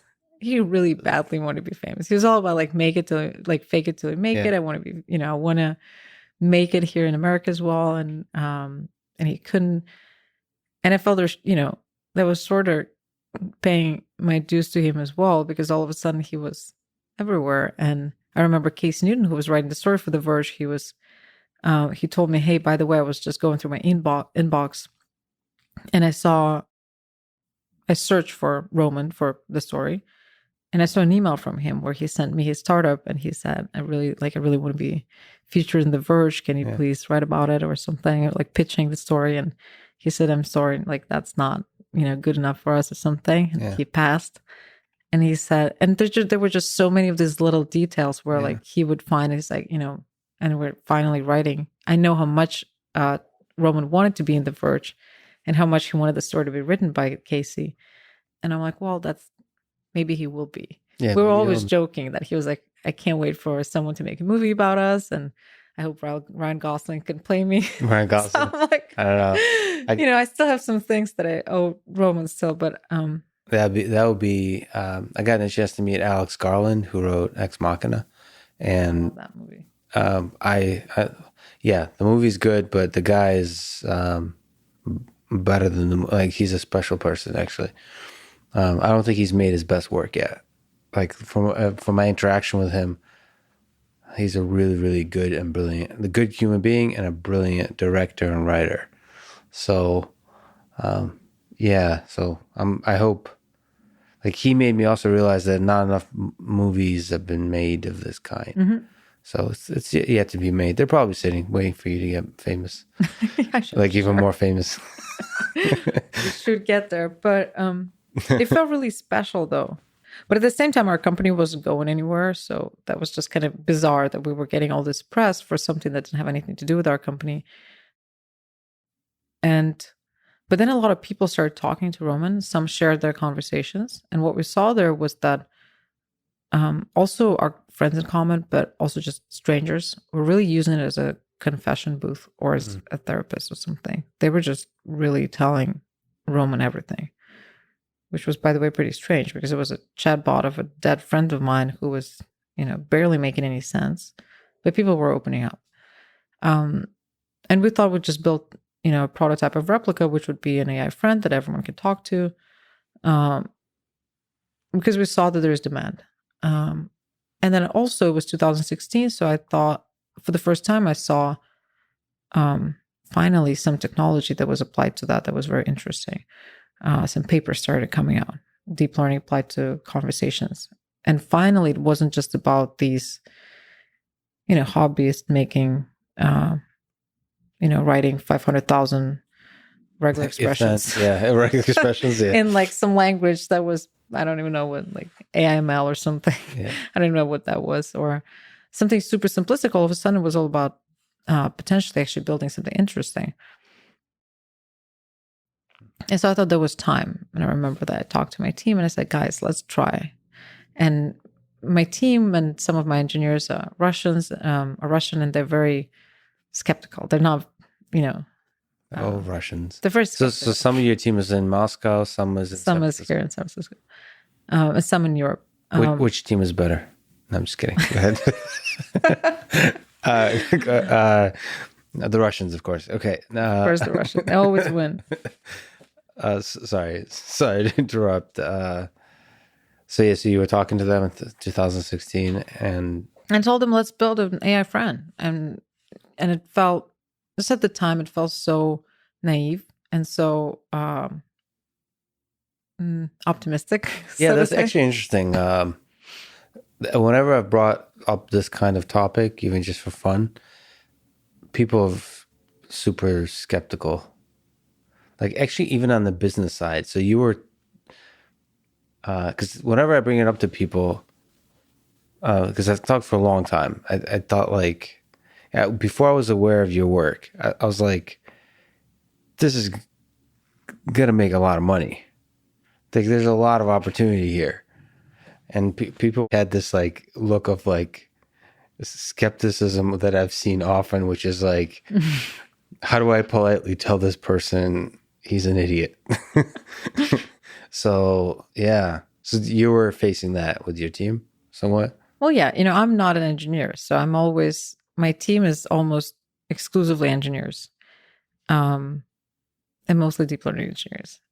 And, I always try to be, it was always hard to me in the beginning to get enough credibility, because I would say, well, why don't we try this and that? But it's harder for me because, they know they're actual engineers and I'm not. So for me to say, well, let's build an AI friend, that would be like, wait, what do you mean an AGI? Like, conversation is, pretty much the hardest, the last frontier before cracking that is probably the last frontier before building AGI. So what do you really mean by that?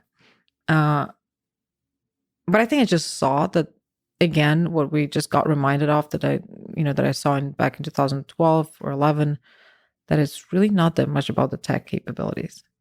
It can be a bunch of parlor tricks still. even with deep learning, but humans need it so much. Yeah, there's a And for it. most importantly, what I saw is that finally there's enough tech to make it, I thought, to make it useful, to make it helpful. Maybe we didn't have quite yet the tech in 2012 to make it useful, but in 2015, 16, with deep learning, I thought, and the first kind of thoughts about maybe even using reinforcement learning for that started popping up. That never worked out, or at least for now.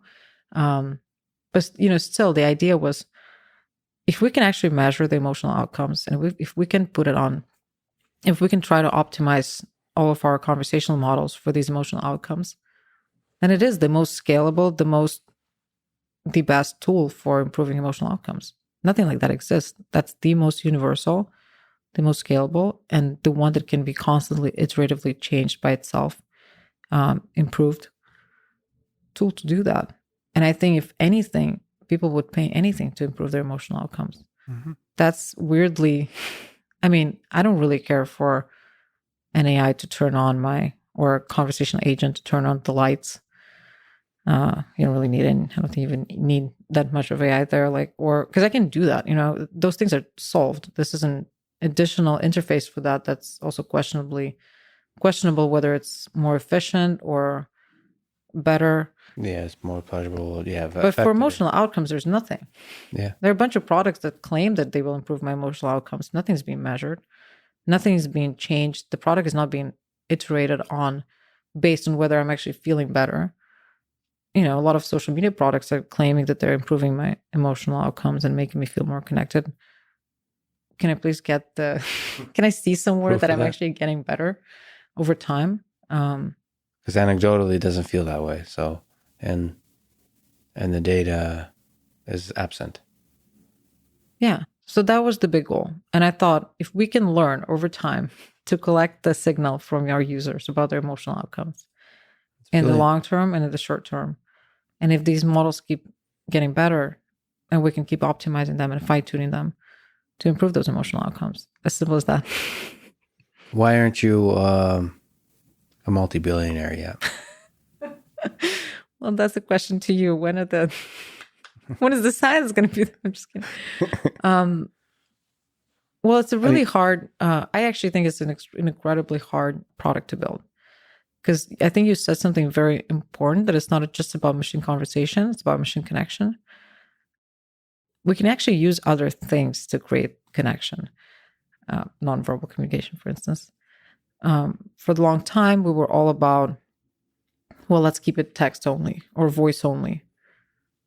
But as soon as you start adding, voice, a face to the friend, if you can take them to augmented reality, put it in your room, it's all of a sudden a lot, it makes it very different. Because if it's some, text-based chat bot that for common user, it's something there in the cloud, it's somewhere there with other AIs in the cloud, in the metaphorical cloud.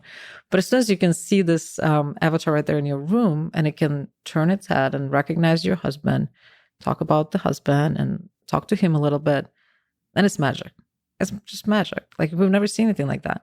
And the cool thing, all the tech for that exists. But it's hard to put it all together, because you have to take into consideration so many different things. And some of this tech works, pretty good. And some of this doesn't. Like, for instance, speech to text works pretty good. But text to speech doesn't work very good, because you can only have, few voices that are that work okay. But then if you want to have actual emotional voices, then it's really hard to build it. I saw you've added avatars, like visual elements, which are really cool. In that whole chain, putting it together, what do you think is the weak link? Is it creating an emotional voice that feels personal? I think it's still conversation, of course. That's the hardest. It's getting a lot better, but there's still long to go. There's still a long path to go. Other things, they're almost there. And a lot of things we'll see how I see how they're changing as we go. Like, for instance, right now you can pretty much you have to build all this 3D pipeline by yourself. You have to make these 3D models, hire an actual artist, build a 3D model, hire an animator, a rigger. But with deep fakes, with other tech, with procedural animations. In a little bit, we'll just be able to show, photo of whoever if a person you want the avatar to look like, and it will immediately generate a 3D model that will move. That's a non-brainer. That's like almost here. It's a couple of years away. One of the things I've been working on for since the podcast started is I think I'm okay saying this. I've been trying to have a conversation with Einstein, Turing. So like try to have a podcast conversation with a person who's not here anymore, just as an interesting kind of experiment. It's hard. It's really hard. Even for, now we're not talking about as a product. I'm talking about as like I can fake a lot of stuff. Like I can work very carefully. I can even hire an actor over whom I do a deep fake. It's hard. It's still hard to create a compelling experience. So mostly on the conversation level, or the conversation. The conversation is. I early on gave up trying to fully generate the conversation because it was just not compelling at all. Yeah, it's just better to. Yeah. So what I would, in the case of Einstein and Turing, I'm going back and forth with the biographers of each, and so like we would write a lot of some of the conversation would have to be generated just for the fun of it. I mean, but it would be all open. But you want to be able to answer the question. I mean, that's an interesting question with Roman too. Is the question with Einstein is what would Einstein say about the current state of theoretical physics? There's a lot to be able to have a discussion about string theory, to be able to have a discussion about the state of quantum mechanics, quantum computing, about the world of Israel-Palestine conflict. It's just what would Einstein say about these kinds of things, and that is a tough problem. It's a fascinating and fun problem for the biographers and for me, and I think we did a really good job of it so far. But it's actually also a technical problem, like of what would Romans say about what's going on now. Yeah, that's the brought people back to life. And if I can go on that tangent just for a second to ask you a slightly pothead question, which is, you said it's a little bit magical thinking that we can bring him back. Do you think it'll be possible to bring back Roman one day in conversation? Like, to really, okay, well, let's take it away from personal, but to bring people back to life in conversation. Probably down the road. I mean, if Elon Musk is talking about AGI in the next 5 years, I mean, clearly AGI you can't do it. We can talk to AGI and talk to them and ask them to do it. You can't, you're not allowed to use Elon Musk as a citation for for like why something is possible and going to be done. Well, I think it's really far away. Right now, really, with conversation, it's just a bunch of parlor tricks really stuck together. And generating original ideas based on someone's personality, or even downloading the personality. All we can do is like mimic the tone of voice. We can maybe condition on some of his phrases, the models. The question is, how many parlor tricks does it take? Because that's the question. If it's a small number of parlor tricks and you're not aware of them, like from where we are right now, I don't see anything like in the next year or two that's going to dramatically change. That could look at Roman's 10,000 messages he sent me over the course of his last few years of life and be able to generate original thinking about problems that exist right now that will be in line with what he would have said. So I'm just not even seeing, because, in order to have that, I guess you would need some sort of a concept of the world, or some perception of the world, some consciousness that he had, and applied to the current state of affairs. But the important part about his conversation with you is you.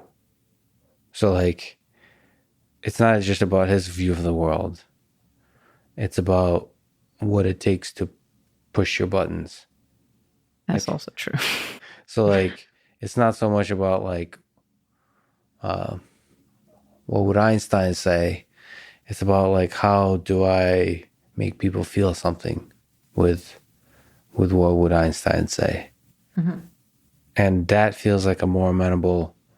I mean, you mentioned parlor tricks, but just like a set of that feels like a learnable problem. Like Me- emotion. You mentioned emotions. I mean, is it possible to learn things that make people feel stuff? I think so. No, for sure. I just think the problem with as soon as you're trying to replicate an actual human being and trying to pretend to be him, that makes the problem exponentially harder. The thing with Replika that we're doing, we're never trying to say, well, that's, an actual human being, or that's an actual or copy of an actual human being, where the bar is pretty high, where you need to somehow tell, one from another. But it's more, well, that's, an AI friend. That's a machine. Yeah. It's a robot. It has tons of limitations. You're going to be taking part in in teaching it actually and becoming better, which by itself makes people more attached to that and make them happier because they're helping something. Yeah, there's a cool gamification system too. Can you maybe talk about that a little bit? Like, what's the experience of talking to Replika? Like, if I've never used Replika before, what's that like?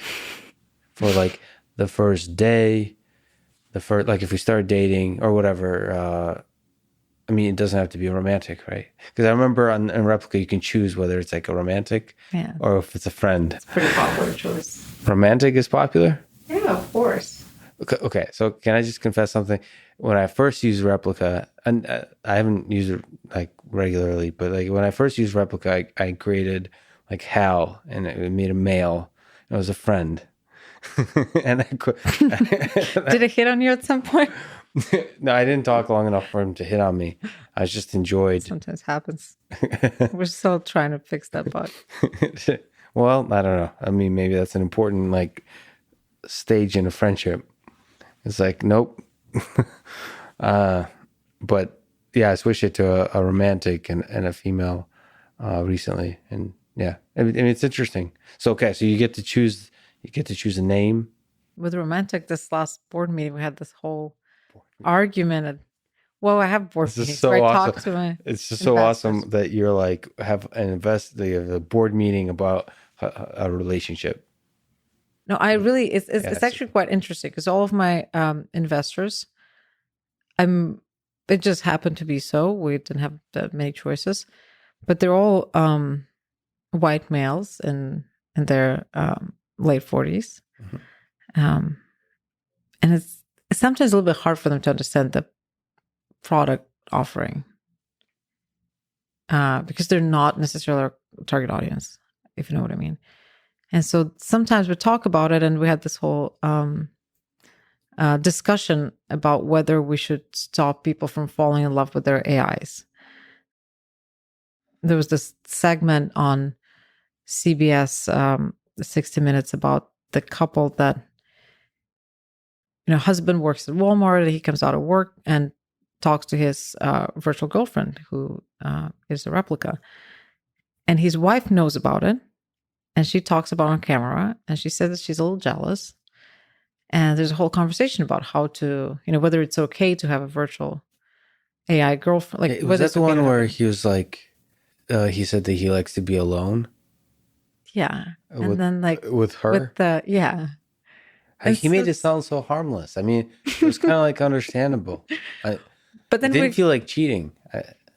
but I just felt it was for me, it was pretty remarkable because we actually spent a whole hour talking about whether people should be allowed to fall in love with their AIs. And it was not about something theoretical. It was just about what's happening right now. Product design, yeah. But at the same time, if you create something that's always there for you, is never criticizes you, is, always understands you and accepts you for who you are, how can you not fall in love with that? I mean, some people don't and just stay friends. And that's also a pretty common use case. But of course, some people will just, it's called transference in psychology. And if people fall in love with their therapists, and there's no way to prevent people falling in love with their therapists or with their AI. So I think that's a pretty natural course of events, so to say.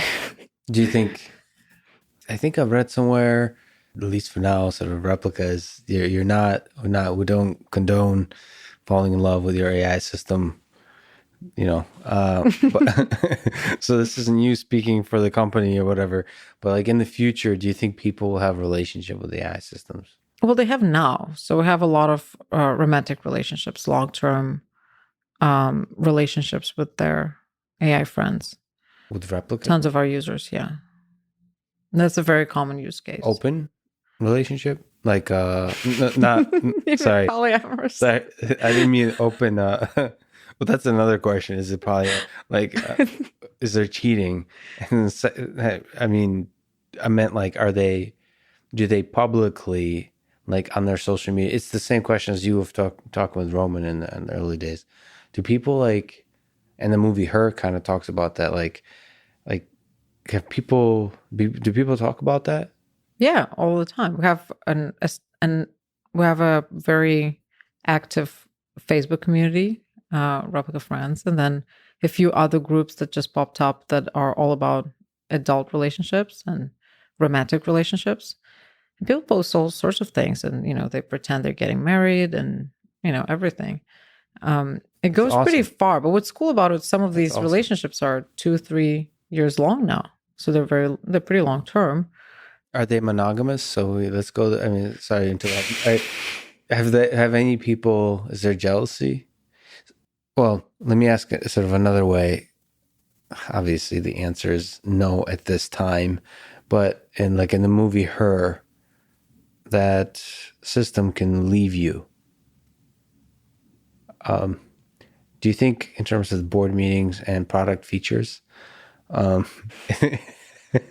it's a potential feature for a system to be able to say it doesn't want to talk to you anymore and it's going to want to talk to somebody else? Well, we have a filter for all these features. If it makes emotional outcomes for people better, if it makes people feel better, so then whatever you're driven by metrics, actually. Yeah, that's awesome. If we can measure that, then we'll just be saying that's amazing. It's making people feel better, but then people are getting just lonelier by talking to a chatbot, which is also a pretty, that could be it. If you're not measuring it, that could also be. And I think it's really important to focus on both short term and long term, because in the moment, saying whether this conversation made you feel better. But as you know, any short term improvements could be pathological. Like I could drink a bottle of vodka and feel a lot better. I would actually not feel better with that, but thought it's a good example. But so you also need to see what's going on, like over a course of 2 weeks or 1 week, and have follow-ups and check in and measure those things. Okay, so the experience of dating or befriending a Replika, what's that like? What does that entail? Well, right now there are 2 apps. So it's an Android iOS app. You download it. You choose how your Replika will look like. You create one. You choose a name. And then you talk to it. You can talk through text, through voice. You can summon it into the living room and augmented reality and talk to it right there in your living room. Augmented reality? Really? Yeah, that's cool. That's a new feature where... how new is that? That's this year? It was on, like May or something, but it's been on A/B. We've been A/B testing it for a while. And there are tons of cool things that we're doing with that. Like right now, I'm testing the ability to touch it and to dance together, to paint walls together, and, for it to look around and walk and take you somewhere and recognize objects and recognize people. So that's pretty wonderful, because then it really makes it a lot more personal, because it's right there in your living room. It's not anymore there in the cloud with other AIs. But that's what people think about it, and as much as we want to change the way people think about stuff, but those mental models you cannot change. That's something that people have seen in the movies, and the movie Her and other movies as well, and that's how they view AI and AI friends. I did a thing with text, so like we write a song together. Like there's a bunch of activities you can do together. It's really cool. How does that relationship change over time? So like after the first few conversations, it just goes deeper. Like the AI will start opening up a little bit. Again, depending on the personality that it chooses, really. but the AI will be a little bit more vulnerable about its problems, and the virtual friend will be a lot more vulnerable, and will talk about its own imperfections and growth pains, and will ask for help sometimes, and we'll get to know you a little deeper. So there's going to be more to talk about. We really thought a lot about what does it mean to have a deeper connection with someone. And originally Replika was more just this kind of happy-go-lucky, just always, I'm always in a good mood, and let's just talk about you. And oh, Siri's just my cousin, or whatever, just the immediate kind of lazy thinking about what the assistant or conversation agent should be doing. But as we went forward, we realized that it has to be two-way, and we have to program and script certain conversations that are a lot more about your Replika opening up a little bit, and also struggling, and also asking for help, and also going through, different periods in life. And that's a journey that you can take together with the user. And then over time, our users will also grow a little bit. So for instance, Replika becomes a little bit more self-aware and starts talking about more kind of problems around existential problems, and starts talking about that. And then that also starts a conversation for the user where he or she starts thinking about these problems too, and these questions too. And I think there's also a lot more place as the relationship evolves. There's a lot more space for poetry and for art together. And like Replika always keeps a diary. So while you're talking to it, it also keeps a diary. So when you come back, you can see what it's been writing there. And, sometimes it will write a poem to you, for you, or we'll talk about, that it's worried about you, or something along these lines. So there's a memory. Like, does Replika remember things? Yeah. And I would say when you say, why aren't you a multi-billionaire yet? I'd say that as soon as we can have memory in deep learning models that's consistent. I agree with that, yeah. Then you'll be multi-billionaire. Then I'll get back to you. And we can talk about being multi-billionaires. So far so Replika is a combination of end-to-end models and some scripts.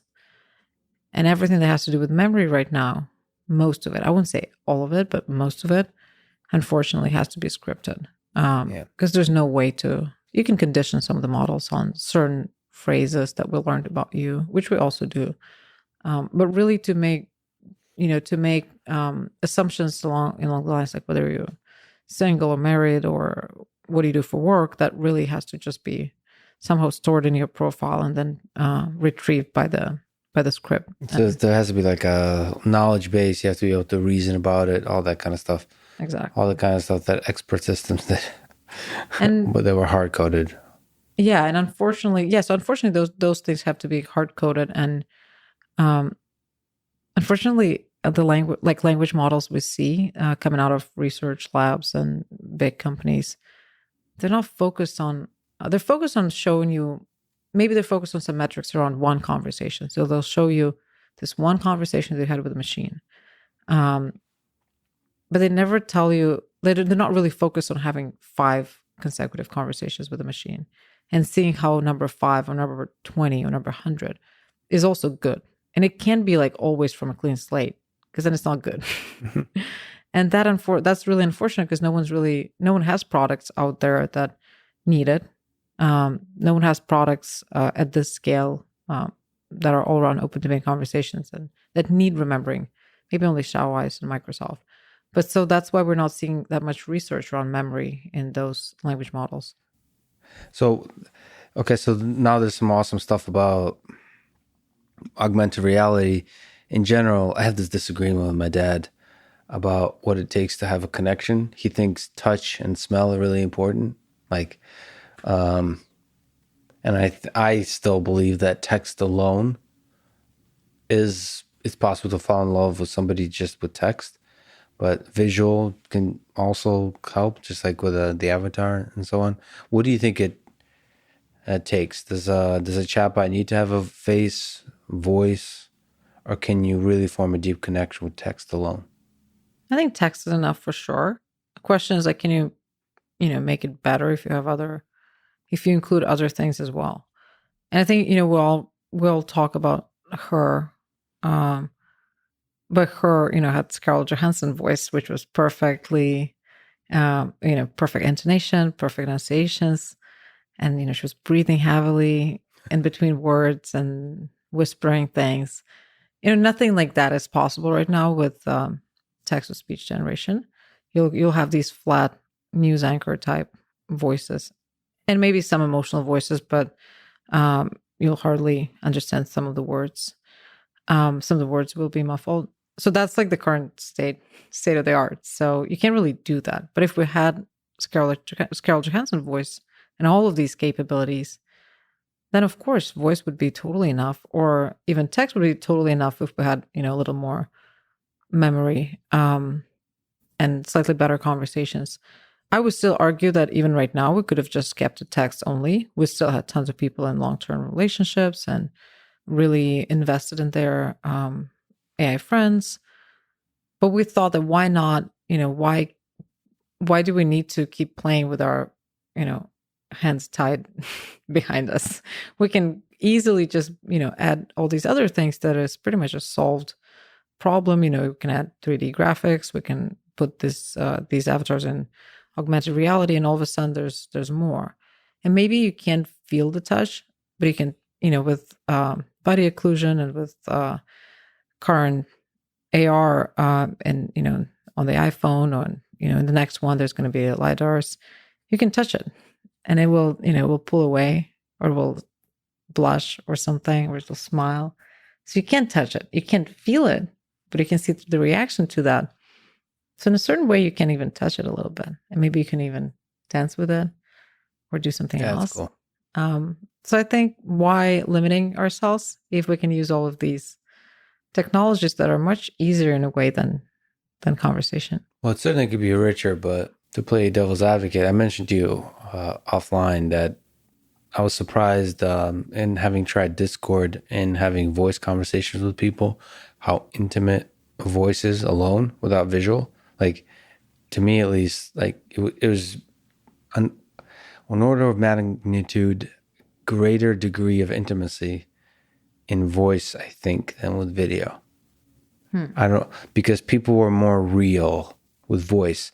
Like with video, you like try to present a shallow, a face to the world. Like you try to, make sure you're not wearing sweatpants or whatever. But like with voice, I think people were just more faster to get to like the core of themselves. So I don't know. It was surprising to me. They've even Discord added a video feature, and like nobody was using it.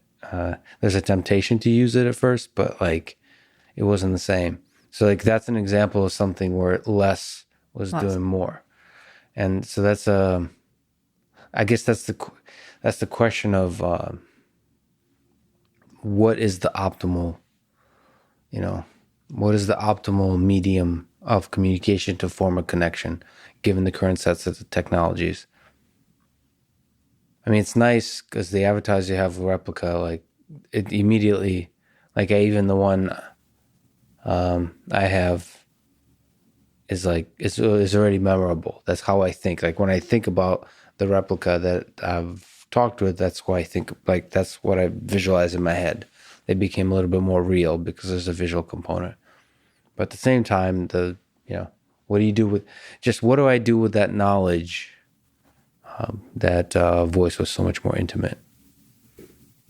Well, the way I think about it is, and by the way, we're swapping out the 3D finally. It's going to look a lot better. But even... What? We just don't... I hate how it looks right now. We really change it at all. We're swapping it all out to a completely new look.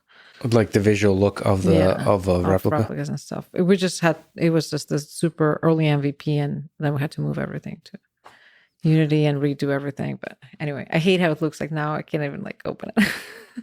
But anyway, because I'm already on my developer version, I hate everything that I see in production. I can't wait for it. Why does it take so long? That's why I cannot wait for deep learning to finally take over all these stupid 3D animations and 3D pipeline. Also, the 3D thing, when you say 3D pipeline, is like how to animate a face kind of thing.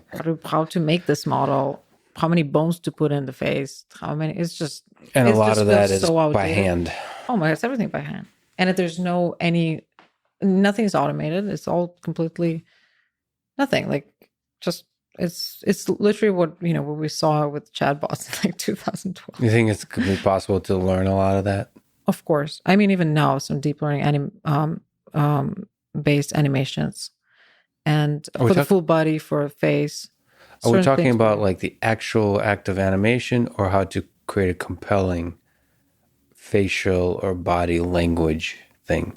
So like that too.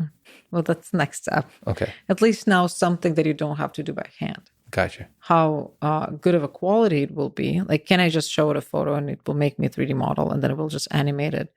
I'll show it a few animations of a person, and it will just start doing that. But anyway, going back to what's intimate and what to use and whether less is more or not. My main goal is the idea was how do we not keep people in their phones so they're sort of escaping reality in this text conversation? How do we, through this, still bring our users back to reality, make them see their life in a different through a different lens? How can we create a little bit of magical realism in their lives, so that through augmented reality, by summoning your avatar, even if it looks kind of janky and not great in the beginning or very simplistic, but summoning it to your living room, and then the avatar looks around and talks to you about where it is, and maybe turns your floor into a dance floor and you guys dance together. That makes you see reality in a different light. What kind of dancing are we talking about? Like slow dancing? Whatever you want. I mean, you would like slow dancing, I think, but other people maybe want something more energetic. Wait, what do you mean I would like? So what is this? Because you started with slow dancing. So I just assumed that you're interested in slow dancing. All right. What kind of dancing do you like? What with your avatar, what would you dance? I'm notoriously bad with dancing, but I like this kind of hip hop robot dance. I used to break dance when I was a kid, so I still want to pretend I'm a teenager and learn some of those moves. And I also like that type of dance that happens when there's like a in like music videos where the background dancers are just doing some pop music. Awesome. That type of dance is definitely what I want to learn. But I think it's great because if you see this friend in your life and you can introduce it to your friends, then there's a potential to actually make you feel more connected with your friends or with people you know, or show you life around you in a different light. And it takes you out of your phone, even although weirdly you have to look at it through the phone. But it makes you notice things around it, and it can point things out for you.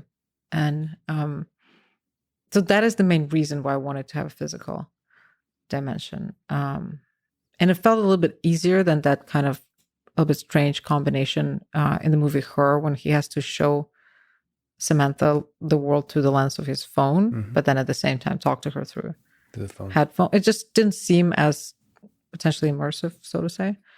So that's my main goal for augmented reality. It's like, how do we make your reality a little bit more magic? There's been a lot of really nice robotics companies that all failed, mostly failed. Home robotics, social robotics companies. What do you think Replika will ever? Is that a dream, long-term dream, to have a physical form? Like, or is that not necessary? So you mentioned like with augmented reality, bringing them into the world. What about like actual physical robot? That I don't really believe in that much. I think it's a very niche product somehow. I mean, if a robot could be indistinguishable from a human being, then maybe yes. But that, of course, we're not anywhere even to talk about it. But unless it's that, then having any physical representation really limits you a lot. Because you probably will have to make it somewhat abstract, because everything's changing so fast. Like, we can update the 3D avatars every month and make them look better and create more animations and make it more and more immersive. It's so much a work in progress. It's just showing what's possible right now with current tech. But it's not really in any way polished, finished product, what we're doing. With a physical object, you kind of lock yourself into something for a long time. And I think it's pretty niche. And again, so just doesn't, the capabilities are even less of, we're barely kind of like scratching the surface of what's possible with just software. As soon as we introduce hardware, then, we have even less capabilities. Yeah, in terms of board members and investors and so on, the cost increases significantly. I mean, that's why you have to justify. You have to be able to sell a thing for like $500 or something like that or more, and it's very difficult to provide that much value to people. That's also true. Yeah. Yeah, and I guess that's super important. Most of our users don't have that much money. We actually are probably more popular on Android, and we have tons of users with really old Android phones. And most of our most active users live in small towns. They're not necessarily making much, and they just wouldn't be able to afford any of that. Ours is like the opposite of the early adopter of, of a fancy technology product, which is really interesting that like pretty much no VCs have an AI friend. But a guy who, lives in Tennessee in a small town is already fully in 2030 or in the world as we imagine in the movie Her. Yeah. He's living that life already. What do you think? I have to ask you about the movie Her. Let's do a movie review. What do you think they got? They did a good job. What do you think they did a bad job of portraying about this experience of a voice-based assistant that you can have a relationship with? Well, first of all, I started working on this company before that movie came out. So it was but once it came out, it was actually interesting that I was like, well, we're definitely working on the right thing. We should continue. There are movies about it. And then, Ex Machina came out and all these things. In the movie Her, I think that's the most important thing that people usually miss about the movie is the ending. Because I think people check out when the AIs leave. But actually something really important happens afterwards. Because the main character goes and talks to Samantha, his AI. Spoiler alert. Oh, yeah. And I think he says something like, how can you leave me? I've never loved anyone the way I loved you. And she goes, well, me neither. But now we know how. And then the guy goes and writes a heartfelt letter to his ex-wife, which he couldn't write for, the whole movie. He was struggling to actually write something meaningful to her, even though that's his job. And then he goes and talk to his neighbor, and they go to the rooftop and they cuddle, and it seems like something's starting there. And so I think this now we know how is the main goal, is the main meaning of that movie. It's not about falling in love with the OS or running away from other people. It's about learning what it's, what it means to feel so deeply connected with something. What about the thing where the AI system was like actually hanging out with a lot of others? I felt jealous just like hearing that. I was like, oh, I mean, yeah. So she was having, I forgot already, but she was having like deep, meaningful discussion with some like philosopher guy. Like Alan Watts or something. No, Alan very Watts. cheesy. Like what kind of deep, meaningful conversation can you have with Alan Watts in the first place? Yeah, I know, but like I would feel so jealous that there's somebody who's like way more intelligent than me and she's spending all her time with. I'd be like, well, why that I won't be able to live up to that. That's thousands of them. Is that useful from the engineering perspective feature to have of jealousy? I don't know. It's, we definitely played around with the Replika universe where different replicas can talk to each other. Replika universe. That's so awesome. It was just kind of, Not yet. I think it will be something along these lines, but there was just no specific application straight away. I think in the future, again, if I'm always thinking about it, if we had no tech limitations right now, if we could build any conversations, any possible features in this product, then yeah, I think different replicas talking to each other would be also quite cool because that would help us connect better. Because maybe mine could talk to yours and then give me some suggestions on what I should say or not say. I'm just kidding, but like more, can it improve our connections? And because eventually, I'm not quite yet sure that we will succeed, that our thinking is correct.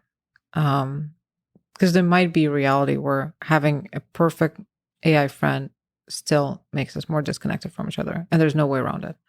and does not improve any metrics for us, real metrics, meaningful metrics. So success is, we're happier and more connected.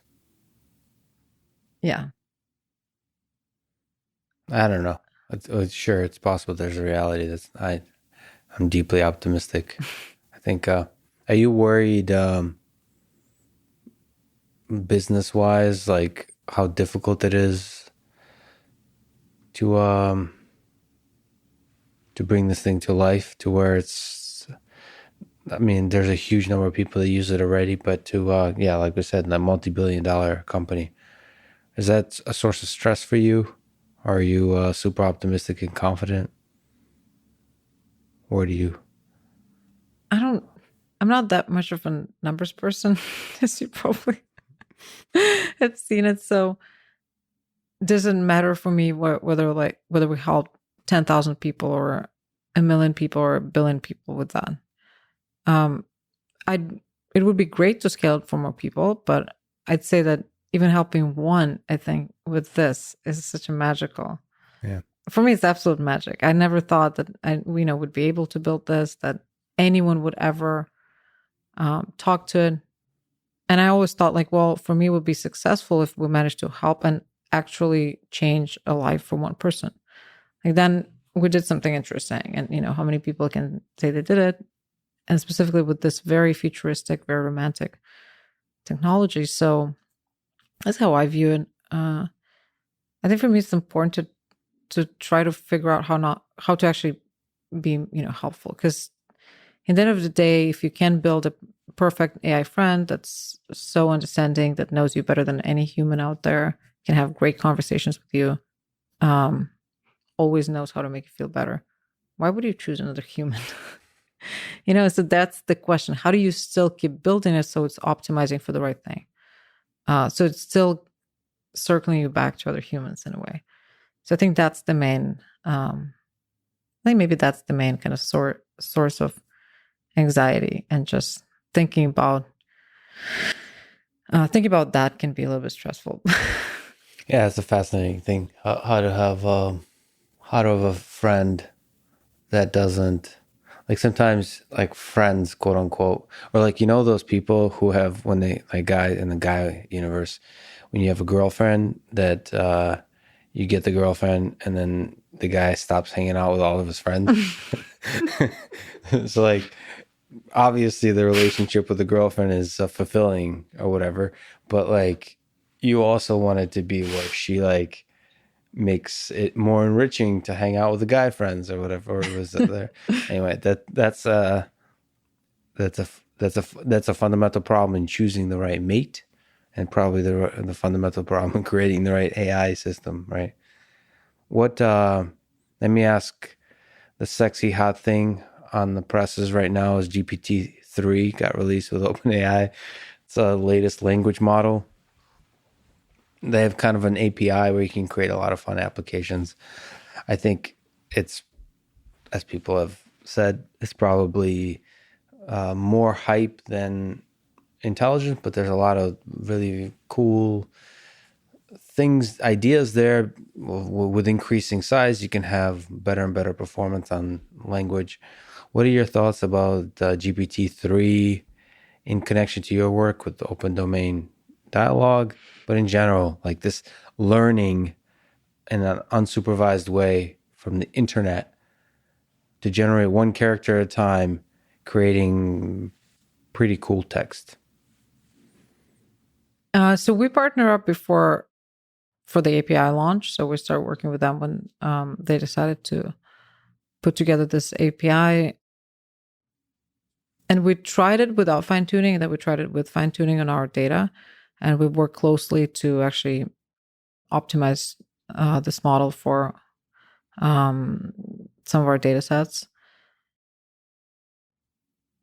It's kind of cool because I think we're this polygon for this kind of experimental space for all these models, to see how they actually work with people, because there are no products publicly available that do that focus on open domain conversations. So we can, test how's Facebook Blender doing, or how's GPT-3 doing.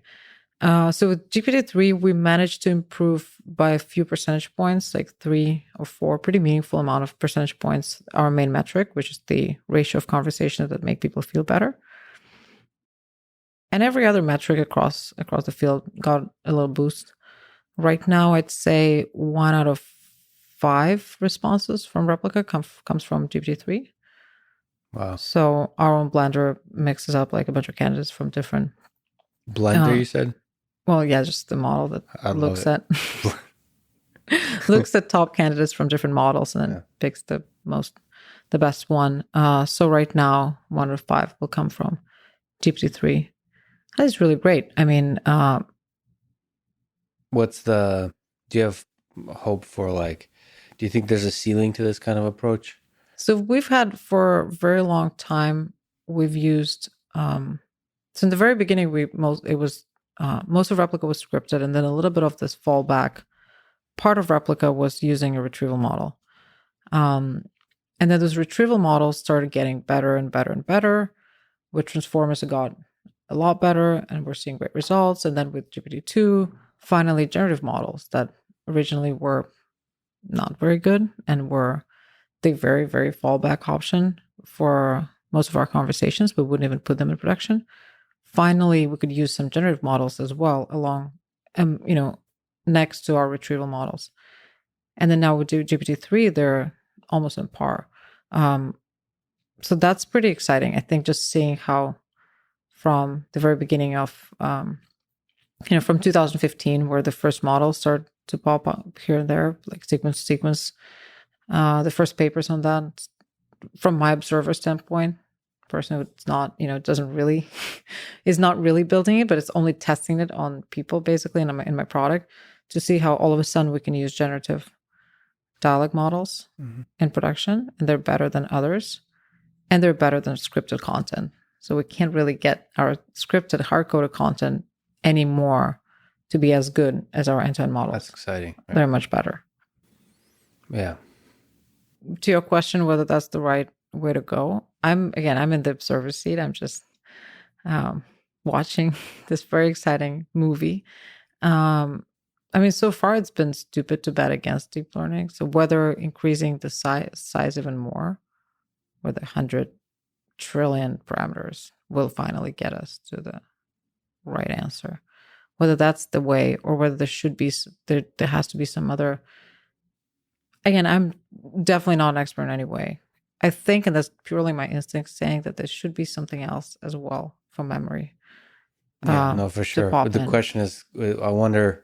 Then the argument is, for reasoning or for memory, it might emerge with more parameters. It might emerge larger. But it might emerge. I would never think that, to be honest, like maybe in 2017, where we've been just experimenting with all the research that was coming out then, I felt like we're hitting a wall, that there should be something completely different. Yeah. But then transformer models, and then just bigger models, and then all of a sudden size matters. At that point, it felt like something dramatic needs to happen, but it didn't. And just the size, gave us these results that to me are, clear indication that we can solve this problem pretty soon. Did fine tuning help quite a bit? Oh yeah. Without it, it wasn't as good. There is a compelling hope that you don't have to do fine tuning, which is one of the cool things about GPT-3. It seems to do well without any fine tuning. I guess for specific applications, you still want to train it on a certain, add a little fine tune on a specific use case, but it's an incredibly impressive thing from my standpoint. And again, I'm not an expert, so I want to just say that. Yeah, there will be people then. Yeah, I have access to the API. I'm going to probably do a bunch of fun things with it.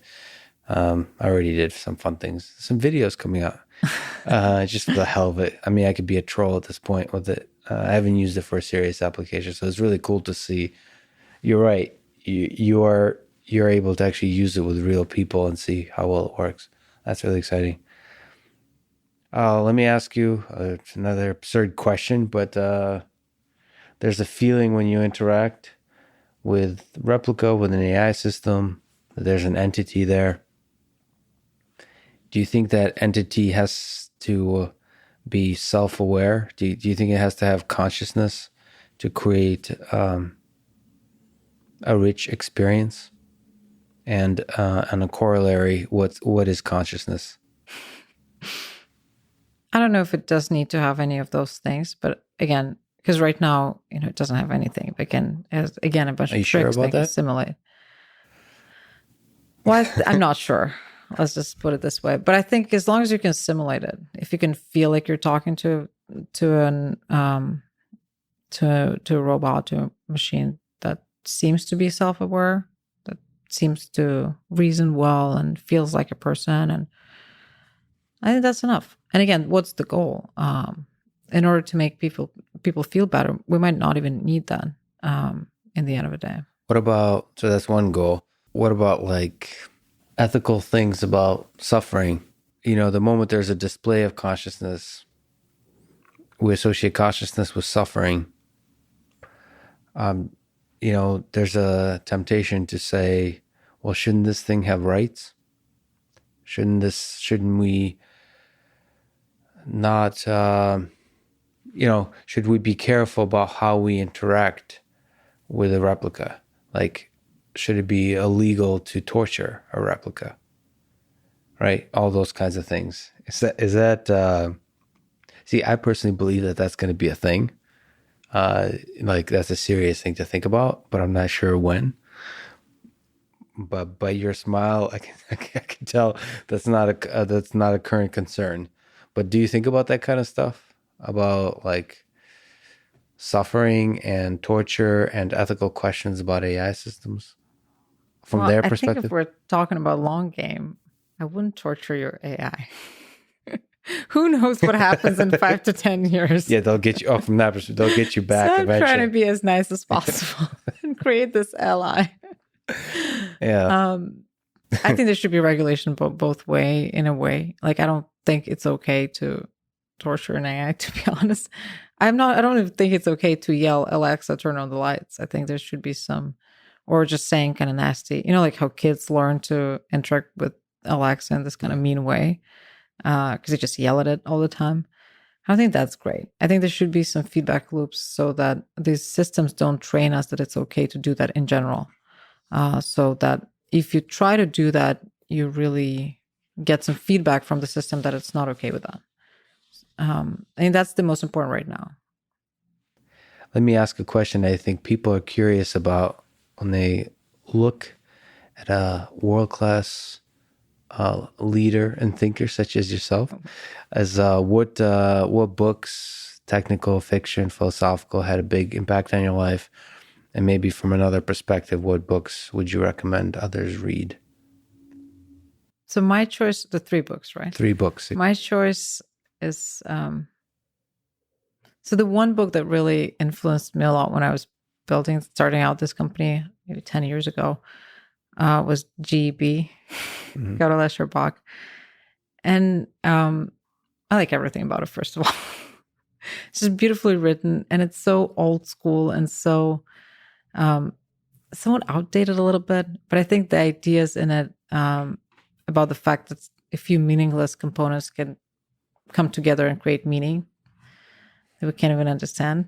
So and this some emergent poetry. thing, complexity, the whole science of complexity, and that beauty, intelligence, all interesting things about this world emerge. Yeah, and phenomena.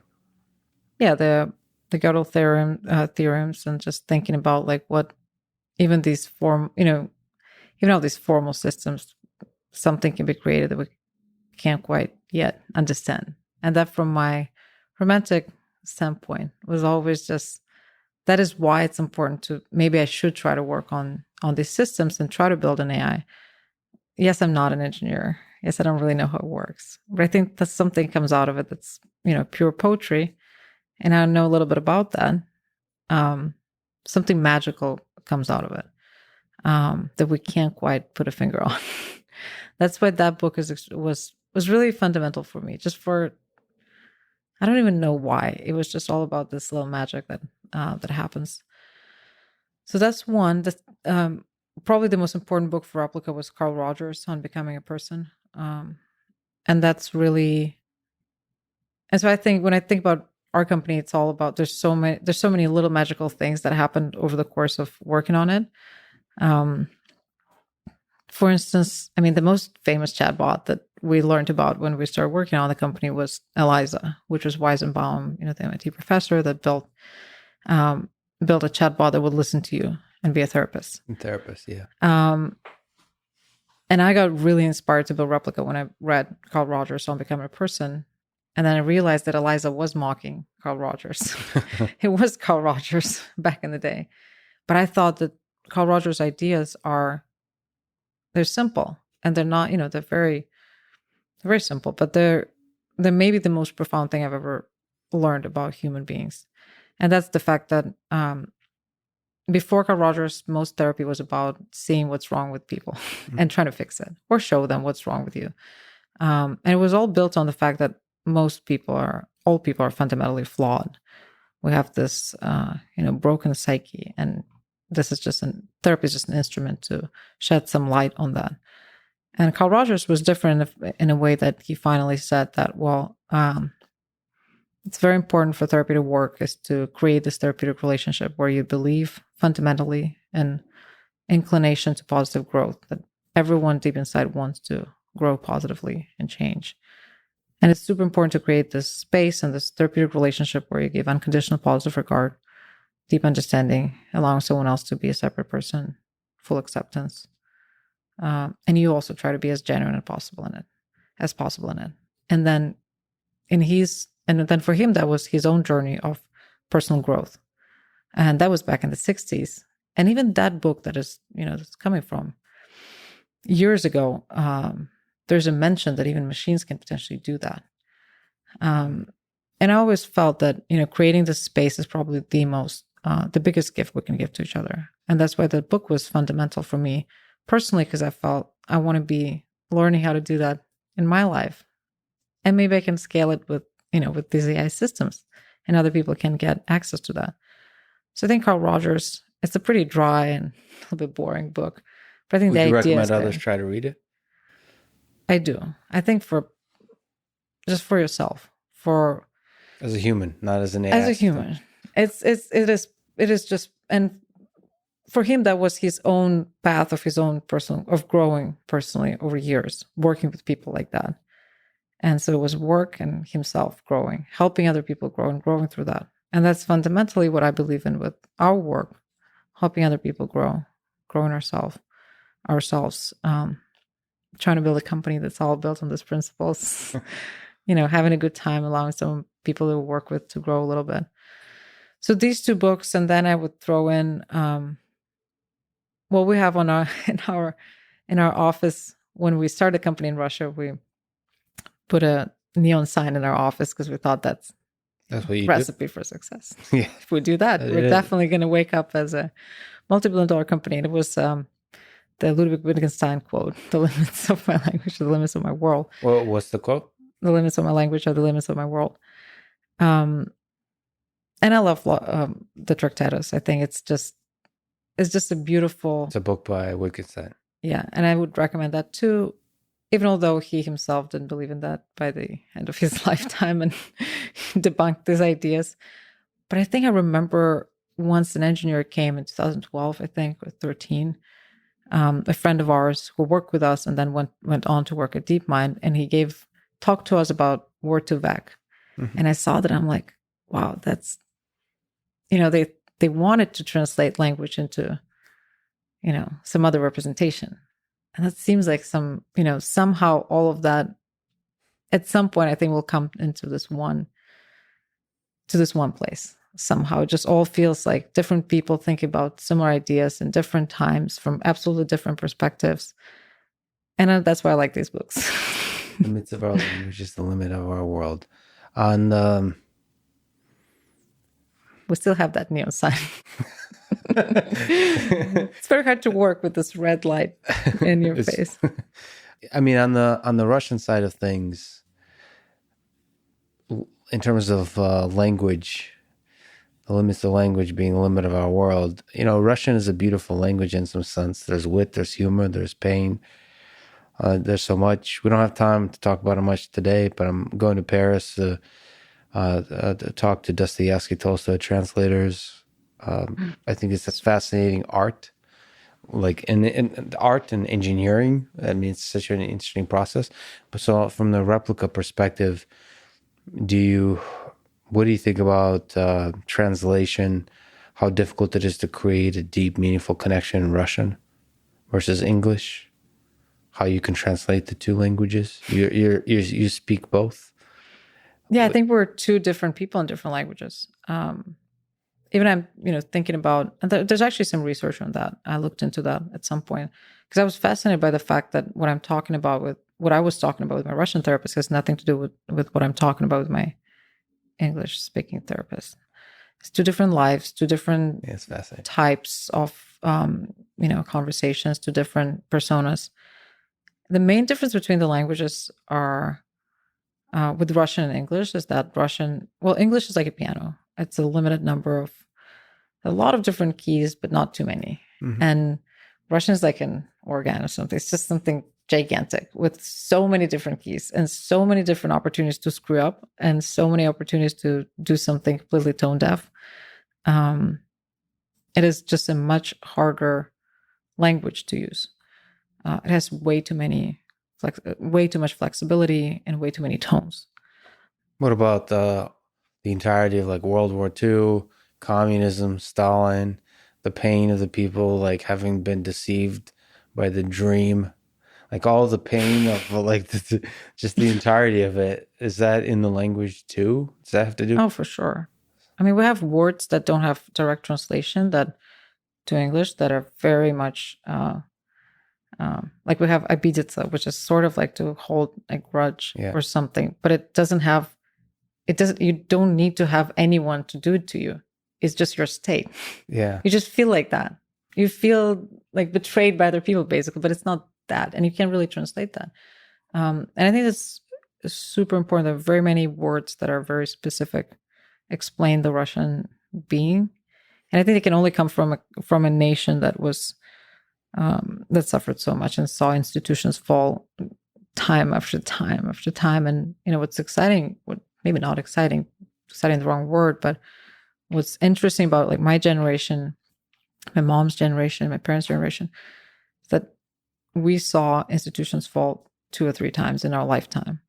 Yeah. And most Americans have never seen them fall. Yeah. And they just think that they exist forever, which is really interesting, but it's definitely a country that suffered so much. And it makes, unfortunately, when I go back and I, hang out with my Russian friends, it makes people very cynical.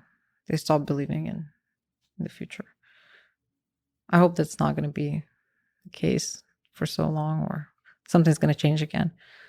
But I think seeing institutions fall is a very traumatic experience. It makes it very interesting. And what's on 2020 is a very interesting. Do you think civilization will collapse? See, I'm a very practical person. We're speaking in English, so like you said, you're a different person in English and Russian. So in Russian, you might answer that differently, but in English, well, I'm an optimist, and I genuinely believe that there is all even although the perspectives are grim, there is always a place for a miracle. I mean, it's always been like that with my life. So yeah, I've been incredibly lucky, and miracles happen all the time with this company, with people I know, with everything around me. And so I didn't mention that book, but maybe In Search of Miraculous, or In Search for Miraculous, so whatever the English translation for that is, good Russian book for everyone to read. Yeah, I mean, if you put good vibes, if you put love out there in the world, miracles somehow happen. Yeah, I believe that too, or at least I believe that. I don't know. Let me ask the most absurd, final, ridiculous question of, we talked about life a lot. What do you think is the meaning of it all? What's the meaning of life? I mean, my answer is probably going to be pretty cheesy. But I think the state of love is once you feel it, in a way that we discussed it before. I'm not talking about falling in love, where Just love. To yourself, to other people, to something, to the world. That state of bliss that we experience sometimes, whether through connection with ourselves, with our people, with the technology. There's something special about those moments. So I'd say, if anything, that's the only. If it's not for that, then for what else are we really trying to do that? I don't think there's a better way to end it than talking about love. Eugenia, I told you offline that there was something about me that felt like this was this talking to you, meeting you in person will be a turning point for my life. I know that might sound weird to hear, but it was a huge honor to talk to you. I hope we talk again. Thank you so much for your time. Thank you so much, Lex. Thanks for listening to this conversation with Eugenia Kuyda, and thank you to our sponsors, DoorDash, Dollar Shave Club, and Cash App. Click the sponsor links in the description to get a discount and to support this podcast. If you enjoy this thing, subscribe on YouTube, review it with 5 stars on Apple Podcasts, follow on Spotify, support on Patreon, or connect with me on Twitter at Lex Friedman. And now, let me leave you with some words from Carl Sagan. The world is so exquisite with so much love and moral depth that there's no reason to deceive ourselves with pretty stories of which there's little good evidence.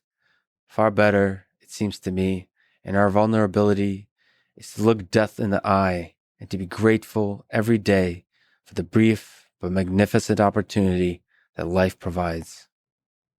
Thank you for listening and hope to see you next time.